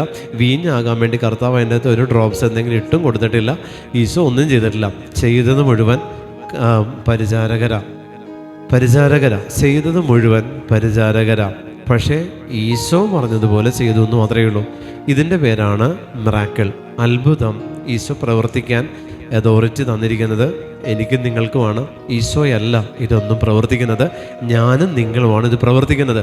പക്ഷേ അവൻ പറയുന്നത് പോലെ ചെയ്യണമെന്നേ ഉള്ളൂ. അവൻ പറയുന്നത് പോലെ ചെയ്താൽ you can see that there will be a miracle in your life. നിങ്ങൾക്ക് നിങ്ങളുടെ ജീവിതത്തിലൊരു അത്ഭുതത്തെ കാണണമോ? എല്ലാ വഴികളും അടഞ്ഞു കിടക്കുന്നിടത്തൊരു തുറവി നിങ്ങൾ പ്രതീക്ഷിക്കുന്നുണ്ടെങ്കിൽ നീ അവൻ പറയുന്നത് പോലെ ചെയ്യണം. ഹല്ലേലൂയ, ഹല്ലേലൂയ, ഹല്ലേലൂയ, ഹല്ലേലൂയ. ഈശോ നമ്മളോടും പറയുന്നത് അത്രയേ ഉള്ളൂ. Do what I said. ഞാൻ എന്ത് പറഞ്ഞോ അത് നീ ചെയ്. ഞാൻ എന്ത് പറഞ്ഞുവോ അത് നീ ചെയ്യണം. ഞാൻ പറഞ്ഞത് ചെയ്താൽ മതി. നിനക്ക് ചെയ്യാൻ പറ്റും. ഈശോ പറഞ്ഞു, എൻ്റെ നാമത്തിൽ നീ രോഗികളെ സുഖപ്പെടുത്തണം, നീ ചെയ്യണം, പറ്റും. എൻ്റെ നാമത്തിൽ നീ വചനം പ്രഘോഷിക്കണം, എൻ്റെ നാമത്തിൽ നീ മരിച്ചവരെ ഉയർപ്പിക്കണം, പറ്റും. ഈശോ സാധാരണക്കാരായ ജനങ്ങളെയാണ് തിരഞ്ഞെടുത്തിട്ട് ഇതെല്ലാം ഏൽപ്പിച്ചു കൊടുക്കുന്നത്. അവർ നോക്കിയ എലിജിബിലിറ്റി എന്താ? പാപികളെ തേടിയാണ് ഞാൻ വന്നിരിക്കുന്നതെന്നാണ് ഈശോ പറഞ്ഞത്. പാപികളെ തേടി വന്നത് പാപികളെ മാനസാന്തരപ്പെടുത്താനല്ല, പാപികളെ തിരഞ്ഞെടുത്തവൻ. ലോകത്തെ നിയന്ത്രിക്കാൻ പാപികളെ തിരഞ്ഞെടുത്തു, ബുദ്ധിമാന്മാരെ നിയന്ത്രിക്കാൻ പാപികളെ തിരഞ്ഞെടുത്തു, വിദ്യാഭ്യാസമുള്ളവരെ നിയന്ത്രിക്കാൻ വിദ്യ അഭ്യസിക്കാത്തവരെ അവൻ തിരഞ്ഞെടുത്തു, കുശവന്മാരെ വലയിട്ട് പിടിക്കുന്നവരെ തിരഞ്ഞെടുത്തു, ലോകത്തെ വലയിട്ട് പിടിക്കാൻ. കർത്താവിൻ്റെ തിരഞ്ഞെടുപ്പ് വ്യത്യസ്തമാണ്. ഒന്നാമത് വന്നവനും ഒടുവിൽ വന്നവനും ഒരേ കൂലി കൊടുത്തു. Hallelujah, hallelujah. പക്ഷെ നിങ്ങളൊരു കാര്യം അറിയണം, ഒടുവിൽ വന്നവനാണ് ഒടുക്കത്തെ പണി എടുപ്പിച്ചത്. ഒടുവിൽ വന്നവനെ കൊണ്ട് കർത്താവ് ഒത്തിരി പണി എടുപ്പിച്ചിട്ടാണ് ഒന്നാമൻ്റെ കൂലി കയ്യിൽ വെച്ച് കൊടുക്കുന്നത്. ഒന്നാമത് വന്നവൻ ഒടുവിൽ വന്നവൻ്റെ അത്രയും പണി എടുത്തിട്ടില്ല. Hallelujah, hallelujah. ഒടുവിൽ വന്നവർ ഈ കാലഘട്ടത്തിൻ്റെ ശുശ്രൂഷകരാ. ഈ കാലഘട്ടത്തിൽ ശുശ്രൂഷയിൽ നിൽക്കണമെങ്കിൽ പ്രിയപ്പെട്ട ദൈവജനമേ, ഈ കാലഘട്ടത്തിൻ്റെ അരൂപികൾ ഒത്തിരി വലുതാ, പാപസാഹചര്യങ്ങൾ ഒത്തിരി വലുതാ, തിന്മയുടെ മേഖലകൾ ഒത്തിരി വലുതാ. ഈ കാലഘട്ടത്തിൽ ഒടുവിൽ വന്നവന് അന്ന് കൊടുത്ത അതേ കൂലിയാകുന്ന നിത്യത കർത്താവ് പ്രൊവൈഡ് ചെയ്തിട്ടുണ്ട്, ഓഫർ ചെയ്തിട്ടുണ്ട്. അതുകൊണ്ട് നിങ്ങൾ വിചാരിക്കേണ്ട, ഒടുവിൽ വന്നവന് പണി കുറച്ച് കൊടുത്തിട്ടല്ല കർത്താവ് ആ ഒന്നാമൻ്റെ കൂലി കൊടുത്തത്. ഒന്നാമന് എന്ന് പറയുന്നത് എന്താ? ഈശോ പറഞ്ഞത് എന്താണ്? ഒന്നാമെന്ന് വെച്ചാൽ എന്താ? നിങ്ങളിൽ ഒന്നാമനാകാൻ ആഗ്രഹിക്കുന്നവൻ എന്താകണമെന്ന് ഈശോ പറഞ്ഞിരിക്കുന്നത്? എല്ലാവരുടെയും ദാസനാകണം. അപ്പോൾ നിങ്ങൾ ചിന്തിച്ചേ, ഒന്നാമത് വന്നവന് കിട്ടിയ കൂലി എന്താ? ദാസൻ്റെ കൂലിയാണ് ഒന്നാമത് വന്നവന് കിട്ടിയത്. ഒടുവിൽ വന്നവൻ്റെ കൂലി എന്താ? അതിൻ്റെ പ്രത്യേകത എന്താ? കാലഘട്ടം അനുസരിച്ച് ഒടുവിലെത്തുന്നവനെ സംബന്ധിച്ച് ജോലിഭാരം കൂടുതലാണ്. ജോലിഭാരം കൂടുതലാണ് പ്രിയപ്പെട്ടവരെ. ജോലിഭാരം എന്ന് പറഞ്ഞാൽ ആത്മാക്കളുടെ ഭാരമാണ്, അത് കൂടുതലാണ്. ഒടുവിൽ വന്നവനെ സംബന്ധിച്ച് ഇതെല്ലാം സോർട്ട് ഔട്ട് ചെയ്യണം. ഇതെല്ലാം സോർട്ട് ഔട്ട് ചെയ്യണമെങ്കിൽ ഒടുവിൽ വന്നവൻ ഒത്തിരി പണിയെടുക്കേണ്ടി വരും. കാരണം കർത്താവിൻ്റെ കരങ്ങളിലേക്ക് ഏൽപ്പിച്ചു കൊടുക്കേണ്ടത് ഒടുവിലത്തവനാണ്. ഞാനും നിങ്ങളൊക്കെ ഈ ഒടുവിലത്തെ കാലഘട്ടത്തിൽ ജീവിക്കാൻ വിളിക്കപ്പെട്ടവനായതുകൊണ്ട് തന്നെ പ്രലോഭനത്തിനുള്ള സാധ്യതകൾ കൂടുതലാണ്. പൈശാചിക സ്വാധീനങ്ങളുടെ ഇരട്ടിയിലധികമാണ്. അതുപോലെ തന്നെ ലോകാരൂപികൾ ഇരട്ടിയിലധികമാണ്. നമ്മൾ ജീവിക്കുന്ന ചുറ്റുപാടിൽ തന്നെ പാപത്തിൻ്റെ മേഖലകൾ ഇരട്ടിയിലധികമാണ്. കാലഘട്ടം മാറി മാറി മാറി ഇവിടെ എത്തുമ്പോൾ തലമുറകൾ അത്രയും നമ്മൾ പുറകോട്ട് കൂടുകയാണ്. അത്രയും തലമുറകളുടെ പാപത്തിൻ്റെ കെട്ട് എൻ്റെ മേലുണ്ടെങ്കിൽ ഒടുവിൽ വന്നവൻ്റെ അവസ്ഥ നിങ്ങളൊന്ന് ആലോചിച്ച് നോക്കിയേ. അവിടെ ഭാരം കൂടുതലാണ്. തലമുറകളുടെ ഭാരം കൂടി വന്നത് ആർക്കാ? ഒടുവിലെത്തിയവനാണ്. ഒന്നാമതെത്തിയവൻ അത്രത്തോളം തലമുറയുടെ ഭാരമില്ല. പക്ഷേ ഒടുവിലെത്തിയവന് പാപശാപരോഗ ബന്ധന ശക്തികളുടെ ഭാരവും പേറി വന്നവനാണ്. അതുകൊണ്ട് പ്രിയമുള്ളവരെ, ഏറ്റവും ഒടുവിൽ വന്നവനെ സംബന്ധിച്ച് ജോലിഭാരം കൂടുതലാണ്. അവൻ കൽപ്പിച്ചതിലും അധികം ചെയ്തിട്ട് ഈശോ പറഞ്ഞു, കർത്താവേ, ഞങ്ങൾ കൽപ്പിച്ചത് ചെയ്ത ഭൃത്യന്മാർ മാത്രമാണ് എന്നേ പറയാവൂ എന്നാണ് ഈശോ പറഞ്ഞിരിക്കുന്നത്. Hallelujah, hallelujah. അപ്പോൾ നമ്മൾ ഇന്ന് കേട്ട വചനഭാഗത്തെ നമ്മളൊന്ന് ക്രോഡീകരിക്കുമ്പോൾ പരിശുദ്ധ മറിയം പറഞ്ഞത് നമുക്ക് ചിന്തിക്കാം. അവൻ പറയുന്നത് പോലെ ചെയ്താൽ ചോദിക്കുവിൻ, നിങ്ങൾക്ക് ലഭിക്കും എന്ന് മാതാവ് നമ്മെ പഠിപ്പിച്ചു. ഇത് തന്നെ മത്തായിയുടെ സുവിശേഷം 7-ാം അധ്യായം 7-ാം വാക്യത്തിലും ഈശോ പറഞ്ഞു, ചോദിക്കുവിൻ, നിങ്ങൾക്ക് ലഭിക്കണം. ചോദിക്കണത് ലഭിക്കണമെങ്കിൽ നിങ്ങൾ അന്വേഷിച്ച് കണ്ടെത്തണം. അന്വേഷിച്ച് കണ്ടെത്തി കഴിയുമ്പോൾ നിങ്ങൾ മുട്ടണം. ഇതാണ് ഈശോ നമ്മളോട് പറഞ്ഞിരിക്കുന്നത്. ആ ഒരു രീതിയിൽ കർത്താവ് നമ്മളെ ഒരുക്കി വാർത്തു വെച്ചിരിക്കുക. അപ്പോൾ നമ്മൾ ചോദിച്ചു, കിട്ടും. രണ്ടാമത്തേത് പുരോഹിതരെ സംബന്ധിച്ച് പൗരോഹിത്യം എന്ന് പറയുന്ന നമ്മുടെ ജീവിതത്തിൽ നമ്മളും രാജകീയ പൗരോഹിത്യം നേടിവരാം. കാരണം എന്താ? കർത്താവിൻ്റെ മക്കളാണ് നമ്മൾ. ആ രാജകീയ പൗരോഹിത്യ അധികാരത്തിൻ്റെ പ്രത്യേകത എന്താ? പൗരോഹിത്യത്തിൽ നിന്നും രാജകീയ പൗരോഹിത്യം നേടിയവർ എന്താ പ്രിയപ്പെട്ടവരെ? ക്രിസ്തു എന്ന് പറയുന്ന നിത്യ പുരോഹിതനോട് ചേർത്ത് വിളിക്കപ്പെട്ടവർ. അങ്ങനെ വിളിക്കപ്പെട്ട എന്നെയും നിങ്ങളെയും സംബന്ധിച്ച് നമ്മൾ രാജകീയ പൗരോഹിത്യത്തിൻ്റെ അധികാരം നമ്മൾ കാണിക്കണം. രാജകീയ പൗരോഹിത്യം എന്ന് പറഞ്ഞാൽ വിളമ്പാനും ഇരുത്താനും മിച്ചം വന്നത് ശേഖരിക്കാനും ഉള്ളവനാണ് പുരോഹിതൻ. വിളമ്പാനും ഇരുത്താനും മിച്ചം വന്നത് ശേഖരിക്കാനും. ഇതിലൊന്നിലും ഭക്ഷിച്ചവന് യാതൊരു തരത്തിലുള്ള ഉത്തരവാദിത്വമില്ല. ഭക്ഷിച്ചവൻ വന്നു, ഇരുന്നു, ഭക്ഷിച്ചു, തൃപ്തിയായി തിരിച്ചുപോയി. പക്ഷേ വിളമ്പിയവൻ വിളമ്പിക്കൊടുത്തു, അവനെ ഇരുത്തി വിളമ്പിക്കഴിഞ്ഞു, മിച്ചം വന്നത് ശേഖരിച്ചു. കർത്താവിനറിയാം 5000 ജനം. 5000 പേർക്ക് ഭക്ഷിച്ച് തൃപ്തി വരാൻ എത്ര അപ്പം വേണം? ഓരോരുത്തരുടെയും വിശപ്പിൻ്റെ ആഴം ഈശോയ്ക്കറിയാം. പക്ഷേ എൻ്റെ വിശപ്പിനനുസരിച്ചല്ല കർത്താവ് എനിക്ക് തന്നിരിക്കുന്നത്. മിച്ചം വരാനുള്ളത് കൂടെ കർത്താവ് സൂക്ഷിക്കാൻ നിന്നെ ഏൽപ്പിച്ചിട്ടുണ്ട് എന്നുള്ളത് മറക്കരുത്. Hallelujah, hallelujah. എനിക്ക് ഒരു 10 ജോഡി ഡ്രസ്സ് മതി ഒരാഴ്ചയിലേക്ക്. പക്ഷേ കർത്താവ് എനിക്കൊരു 100 ജോഡി തന്നിട്ട് മിച്ചം വരുത്തി. എനിക്ക് ഒരു 50,000 സാലറി മതി ഒരു മാസം. പക്ഷേ കർത്താവ് എനിക്കൊരു 1 lakh സാലറി തന്നു, മിച്ചം വന്നു. എന്തിനാ? തിരിച്ച് ഈശോയുടെ കയ്യിലേക്ക് അത് എത്തണം. അതാണ് ദശാംശം. ഹല്ലേലൂയ, ഹല്ലേലൂയ, ഹല്ലേലൂയ. നിൻ്റെ ഭക്ഷണത്തിൻ്റെ ദശാംശം ഈശോയ്ക്കുള്ളതാണ്. കർത്താവേ, എനിക്ക് ഇന്ന് മിച്ചം വന്നു, ഇത്ര മിച്ചം വന്നു, കാരണം ഞാൻ ഇത്ര കഴിച്ചിട്ടില്ല. ആ മിച്ചം വന്ന ബാക്കി വന്ന വേസ്റ്റ് അല്ല ഈശോയ്ക്ക് ആവശ്യം. മിച്ചം വന്നതിൻ്റെ വാല്യൂ കർത്താവിന് കൊടുക്കണം. ഹല്ലേലൂയ, ഹല്ലേലൂയ, ഹല്ലേലൂയ, ഹല്ലേലൂയ. ദൈവം എനിക്ക് 3 മക്കളെ തന്നു. അതിൽ 1 മതി. ഈ ഒരെണ്ണം എന്നെ പോറ്റിക്കോളൂ എൻ്റെ വാർദ്ധക്യത്തിൽ. ബാക്കി 2 ഞാൻ ഈശോയെ സഭയ്ക്ക് തരിക. ദശാംശമാണ്.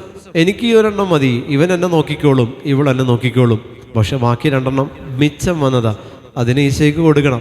എനിക്ക് താമസിക്കാൻ ഒരു മുറി മതി, പക്ഷെ ഞാൻ 3 മുറി ഒരു ബെഡ്റൂമുള്ള ഒരു 3 ബെഡ്റൂം BSK എനിക്ക് കർത്താവ് തന്നിട്ടുണ്ടെങ്കിൽ ബാക്കി 2 റൂം കർത്താവിന് വേണ്ടിയിട്ട്, ആത്മാക്കൾക്ക് വേണ്ടിയിട്ട് മിച്ചം വന്നതാ. മിച്ചം വരുത്തുന്നതാണ് ഈശോ. കൃപകളിലും മിച്ചം വരുത്തും. പ്രിയപ്പെട്ടവരെ, ദൈവം തരുന്നതൊന്നും കറക്റ്റായിട്ടല്ല തരുന്നത്, മിച്ചം വരുത്തി തരും. തിരിച്ച് ഈശോയ്ക്ക് കൊടുക്കാനുള്ള മിച്ചം വരുത്തും നിങ്ങളിൽ. ആ മിച്ചം വന്നതാണ് നീ ഹാവ് ടു കളക്ട് ഇറ്റ്. നിങ്ങളത് കളക്ട് ചെയ്യണം. നിങ്ങൾ തിന്നതിൻ്റെ കണക്ക് ഈശോ നോക്കുന്നില്ല, പക്ഷെ മിച്ചം വന്നത് അതിൻ്റെ കണക്ക് ഈശോ നോക്കും. Hallelujah, hallelujah. നീ ഇത്രയും തിന്നു കൊഴുത്തിരിക്കുകയല്ലേ എന്ന് ഈശോ പറയില്ല. ഞാൻ നിനക്ക് ഇത്രയും കൃപ തന്നില്ലേ, ഈശോ വരില്ല. പകരം മിച്ചം വന്നതിനെ ഈശോ സൂക്ഷിക്കുന്നുണ്ട്. ഈശോ സൂക്ഷിക്കും അടുത്ത ആൾക്ക് കൊടുക്കാനായിട്ട്. അത് കർത്താവ് കൊട്ടയെ ചുമന്നുകൊണ്ട് പോയോ? അതിനെപ്പറ്റി ഒന്നും പറഞ്ഞിട്ടില്ല. മിച്ചം വന്നത് 12 കൊട്ട ശേഖരിച്ചു. ശേഖരിച്ചത് എന്ത് ചെയ്തു? അതിനെപ്പറ്റി ഒന്നും പറഞ്ഞിട്ടില്ല. അത് കർത്താവ് ശിഷ്യന്മാരും കൂടി വീട്ടിലേക്ക് കൊട്ടയിൽ തലയിൽ ചുമന്നുകൊണ്ട് പോയോ? അതിനെപ്പറ്റി പറയുന്നില്ല. കാരണം അത് ഈശോയ്ക്ക് അറിയാം എന്ത് ചെയ്യണമെന്നുള്ളത്. അത് നീ അറിയേണ്ട കാര്യമില്ല. ഹല്ലേലൂയ. അതാണ് ഈശോ നമ്മളോട് പറയുന്നത്. നമ്മൾ ദശാംശം കൊടുക്കുമ്പോൾ നമ്മൾ ചിന്തിക്കുക, അവൻ അതിനുള്ള അർഹതയുണ്ടോ, അത് ദൂർത്തടിക്കോ? അത് നീ അറിയേണ്ട ആവശ്യമില്ല. യോഗ്യത നോക്കി കൊടുക്കുക എന്നുള്ളതേ നിൻ്റെ ഉത്തരവാദിത്തമുള്ളൂ. ഹല്ലേലൂയ, ഹല്ലേലൂയ, ഹല്ലേലൂയ, ഹല്ലേലൂയ, ഹല്ലേലൂയ. വിളമ്പിയത് എത്ര കുട്ടയുണ്ടോ അതിൻ്റെ ഡിവൈഡഡ് ബൈ 12 നിങ്ങളെടുത്ത് നോക്കുക. അപ്പോൾ നമുക്ക് മിച്ചം വന്നതിൻ്റെ കണക്ക് കിട്ടും. മിച്ചം വന്നതിൻ്റെ കണക്ക് എപ്പോഴും ഡിവൈഡഡ് ബൈ 12 ആണ്. കാരണം 12 പേരിലൂടെ ഇങ്ങനെ ഒരു കണക്കുണ്ട്. കർത്താവിൻ്റെ കണക്ക് പുസ്തകത്തിൽ ഇങ്ങനെ ഒരു കണക്കുണ്ട് പ്രിയപ്പെട്ടവരെ. ആ കണക്ക് വെച്ചാണ് കർത്താവ് എല്ലാം കാൽക്കുലേറ്റ് ചെയ്യുന്നത്. എല്ലാത്തിലും ഒരു കണക്ക് വെച്ചിട്ടാണ് കർത്താവ് എല്ലാം കാൽക്കുലേറ്റ് ചെയ്യുന്നത്. 12 ഗോത്രങ്ങളെ റെപ്രസെൻ്റ് ചെയ്യുന്ന 12 പേരെ ഈശോ തിരഞ്ഞെടുത്തപ്പോൾ അതിൽ ഒരെണ്ണം യൂദാസാണ്. പക്ഷേ കർത്താവ് തിരഞ്ഞെടുത്തു എന്നുള്ളതാണ്. എന്തുകൊണ്ടാണ്? ഗോത്രത്തിൻ്റെ അവസ്ഥകളനുസരിച്ചുള്ള നേതൃത്വമാണ് നൽകപ്പെട്ടിട്ടുള്ളത്. ഹല്ലേലൂയ. എൻ്റെ തലമുറ ഇപ്പോൾ എൻ്റെ ഗോത്രമാണെങ്കിൽ തിരഞ്ഞെടുത്തത് അവർക്ക് വേണ്ടി എന്നെയാണ്. കാരണം ഞാനാണ് കർത്താവുമായി ചേർന്ന് നിൽക്കുന്ന കൃപയിൽ ജീവിക്കുന്ന വ്യക്തിത്വം. Hallelujah, hallelujah. അതുകൊണ്ട് എന്നിലുള്ള കൃപ മിച്ചം വന്നത് എനിക്കുള്ളതല്ല, അനേകർക്ക് വേണ്ടി വിളമ്പിക്കൊടുക്കാനുള്ളതാണ്. ഒരു ധ്യാനമേ നിങ്ങൾക്ക് വർഷത്തിൽ ആവശ്യമുള്ളൂ. ഓക്കെ, നിങ്ങളൊരു 10 ധ്യാനമെങ്കിലും കൂടിയിട്ടുണ്ടെങ്കിൽ ബാക്കിയുള്ള 9 മിച്ചം വന്നതാണ്. അത് നിങ്ങൾ മറ്റുള്ളവർക്ക് ഷെയർ ചെയ്യണം. ഹല്ലേലൂയ. അതിൻ്റെ കൃപകളെ നിങ്ങൾ മറ്റുള്ളവർക്ക് ഷെയർ ചെയ്യണം. അതായത് കർത്താവ് എൻ്റെ ആത്മസ്ഥിതിക്ക് വേണ്ടിയിട്ട് ഒരു ധ്യാനം, എന്നെപ്പോലെ ദുരിതം അനുഭവിക്കുന്ന അനേകം നഷ്ടപ്പെട്ട പാപികൾക്ക് വേണ്ടി ധ്യാനം കൂടിയവർ എത്ര പേരുണ്ട് ഈ കൂട്ടത്തിൽ? അനുദപിക്കാത്ത പാപികൾക്ക് വേണ്ടി ധ്യാനം കൂടിയവർ എത്ര പേരുണ്ട്? ഇപ്പോഴല്ല, ഈ ധ്യാനമല്ല, ഏതെങ്കിലും ധ്യാനം കൂടിയിട്ടുണ്ടോ നിങ്ങൾ? ഇല്ല. അപ്പോൾ നിങ്ങൾക്ക് മിച്ചം വന്നത് നിങ്ങൾ യൂസ് ചെയ്തിട്ടില്ല. അങ്ങനെ യൂസ് ചെയ്യണം, അങ്ങനെ യൂസ് ചെയ്യാൻ പറ്റണം, അങ്ങനെ യൂസ് ചെയ്യാൻ പറ്റണം. ഞാൻ അങ്ങനെ ധ്യാനം കൂടുമായിരുന്നു. ഒരു ധ്യാനമേ നമുക്ക് ആവശ്യമുള്ളൂ, വർഷത്തിലൊരു ധ്യാനം മതി, അത് മതി. കൂടെ കൂടെ ധ്യാനം കൂടരുത്, തെറ്റാണ്, തെറ്റാണ്. പക്ഷേ നിങ്ങൾ ധ്യാനം കൂടേണ്ടത് not for you but for others. കാരണം മറ്റുള്ളവർക്ക് വേണ്ടി കർത്താവെ, ഈ ഒരു ഗ്രൂപ്പിന് വേണ്ടി, ഇപ്പോൾ വെള്ളപ്പൊക്കത്തിന് വേണ്ടി ഞാൻ ധ്യാനം കൂടാൻ വരിക, അവർക്ക് വേണ്ടി എനിക്ക് പ്രാർത്ഥിക്കണമെന്ന് ആഗ്രഹമുണ്ട്. പക്ഷേ ഞാൻ ഈ വചനം കേൾക്കുന്നത് മുഴുവൻ ഈ ദുരിതം അനുഭവിക്കുന്നവർക്ക് വേണ്ടി ഞാൻ കാഴ്ചവെക്കുക. ഇങ്ങനെ നിങ്ങൾക്ക് ഒരു സമൂഹത്തെ ദത്തെടുത്ത് ധ്യാനം കൂടാൻ പറ്റും. അപ്പോൾ നിങ്ങളുടെ സ്പിരിച്വൽ ലെവല് അപ്ഗ്രേഡ് ചെയ്യപ്പെടും. ദൈവം നിങ്ങളെ നോക്കും, ഓ കൊള്ളാലോ, ഇത് കൊള്ളാം, അവന് കൊടുക്കണം എല്ലാം, അവനിത് കൊടുക്കണം, അവനിത് പ്രൊവൈഡ് ചെയ്യണമെന്ന് ഈശോയ്ക്ക് തോന്നും. കാരണം ആരും ചിന്തിക്കാത്തത് ചിന്തിച്ചതാണ്, ആരും പറയാത്തത് പറഞ്ഞതാണ്, ആരും കേൾക്കാത്തത് കേട്ടു. നഷ്ടപ്പെട്ടുകൊണ്ടിരിക്കുന്ന ഒരുപാട് ആത്മാക്കൾ, യുദ്ധം മൂലം നമുക്കറിയാം ഗൾഫ് കൺട്രീസിലുള്ള ഒത്തിരി പേര് ഒരു ദുരിതം അനുഭവിക്കുക. ദുരിതമാണ്. ഞാനവിടെ എല്ലാം ധ്യാനിപ്പിച്ചതാണ്. അവിടെയൊക്കെ ധ്യാനിപ്പിക്കുന്ന സമയത്ത് അവിടെ എല്ലാം അവിടെ നിന്നുള്ള ഒത്തിരി കണക്ഷൻസ് ഉണ്ട്.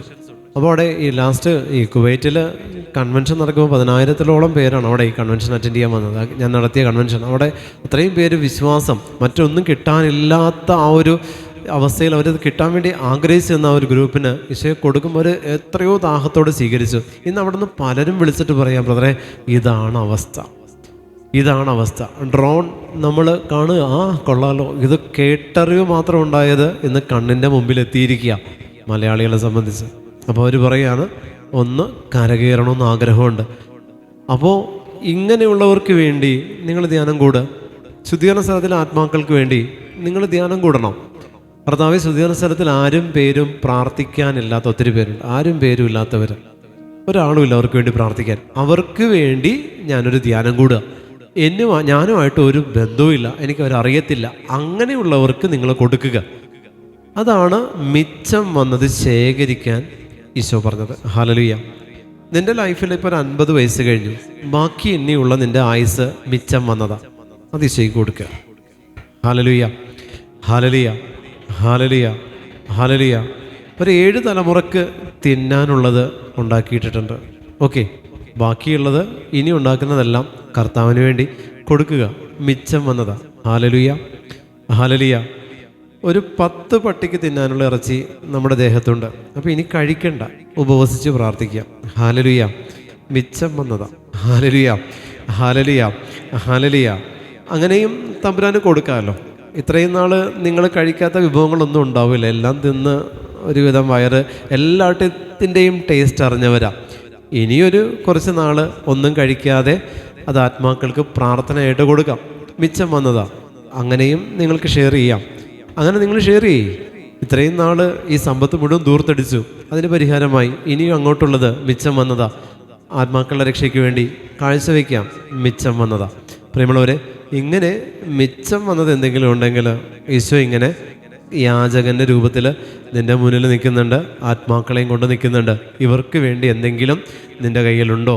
ഈശോ ശിഷ്യന്മാരോട് ചോദിച്ചു. ലോകത്തിനെ സൃഷ്ടിച്ചവൻ ചോദിക്കുകയാണ്, നിങ്ങളുടെ കയ്യിൽ എന്തെങ്കിലും ഉണ്ടോ? കർത്താവിൻ്റെ ആ ഒരു അവസ്ഥ നോക്കിയേ. യാചകൻ്റെ രൂപത്തിൽ ഈശോ നിൽക്കുക. എന്തെങ്കിലും ഉണ്ടോ? എൻ്റെ മക്കൾ വിശന്ന് നിൽക്കുക, എന്തെങ്കിലും ഉണ്ടോ? ഇത് ശിഷ്യന്മാരോട് ചോദിച്ചു, നിങ്ങളുടെ കയ്യിൽ എന്തുണ്ട്? 10 പൈസയില്ല, ഒന്നുമില്ല. കാരണം ശിഷ്യന്മാരെപ്പോഴും ദാരിദ്ര്യം പിടിച്ചങ്ങളാണ്. പ്രാർത്ഥന ഉണ്ടാവില്ല, ഒന്നും ഉണ്ടാവില്ല, കുറ്റം മാത്രമേ ഉണ്ടാവുള്ളൂ. പരസ്പരം പീട്ടി ജീവിക്കുന്നവരാ. ഹല്ലേലൂയ. ശുശ്രൂഷകരെപ്പോഴും അങ്ങനെയാണ്. ശുശ്രൂഷകർ എപ്പോഴും നീ കൊടുക്കുക, നീ കൊടുക്കുക, നീ കൊടുക്കുക. ഇതാണ് ശുശ്രൂഷകരുടെ പ്രത്യേകത.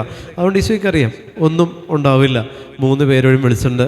കർത്താവ് പ്രാർത്ഥിക്കാൻ വേണ്ടി കർത്താവ് ഗെത്സമേനി കയറിയിരിക്കുക. അവർ പ്രാർത്ഥിക്കുന്നുണ്ടാകും എന്നോർത്ത് ഈശോയുടെ നിന്ന് രക്തം വേർക്കുക. ചെന്ന് നോക്കിയപ്പോൾ കൂർക്കം വലിച്ച് കിടന്നുറങ്ങുക.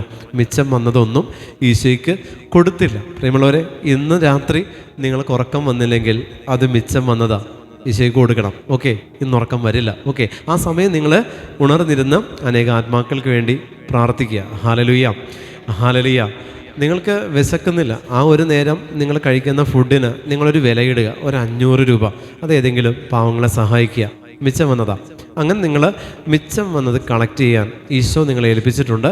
അങ്ങനെ കൊടുക്കാനായിട്ട് നിങ്ങൾ ശ്രമിക്കുമ്പോൾ എവിടെ നിന്നെല്ലാം കളക്ട് ചെയ്യാൻ പറ്റും എന്നുള്ളതിനെക്കുറിച്ചൊരു ഗൈഡൻസ് തരാൻ നമ്മൾക്ക് ദൈവം തന്ന ഒരു അഭിഭാഷകയാണ് പരിശുദ്ധ കന്യക മറിയം. അവളുടെ മാധ്യസ്ഥം വിളിച്ച് നമുക്ക് പ്രാർത്ഥിക്കാം. എഴുന്നേറ്റ് നിൽക്കാം.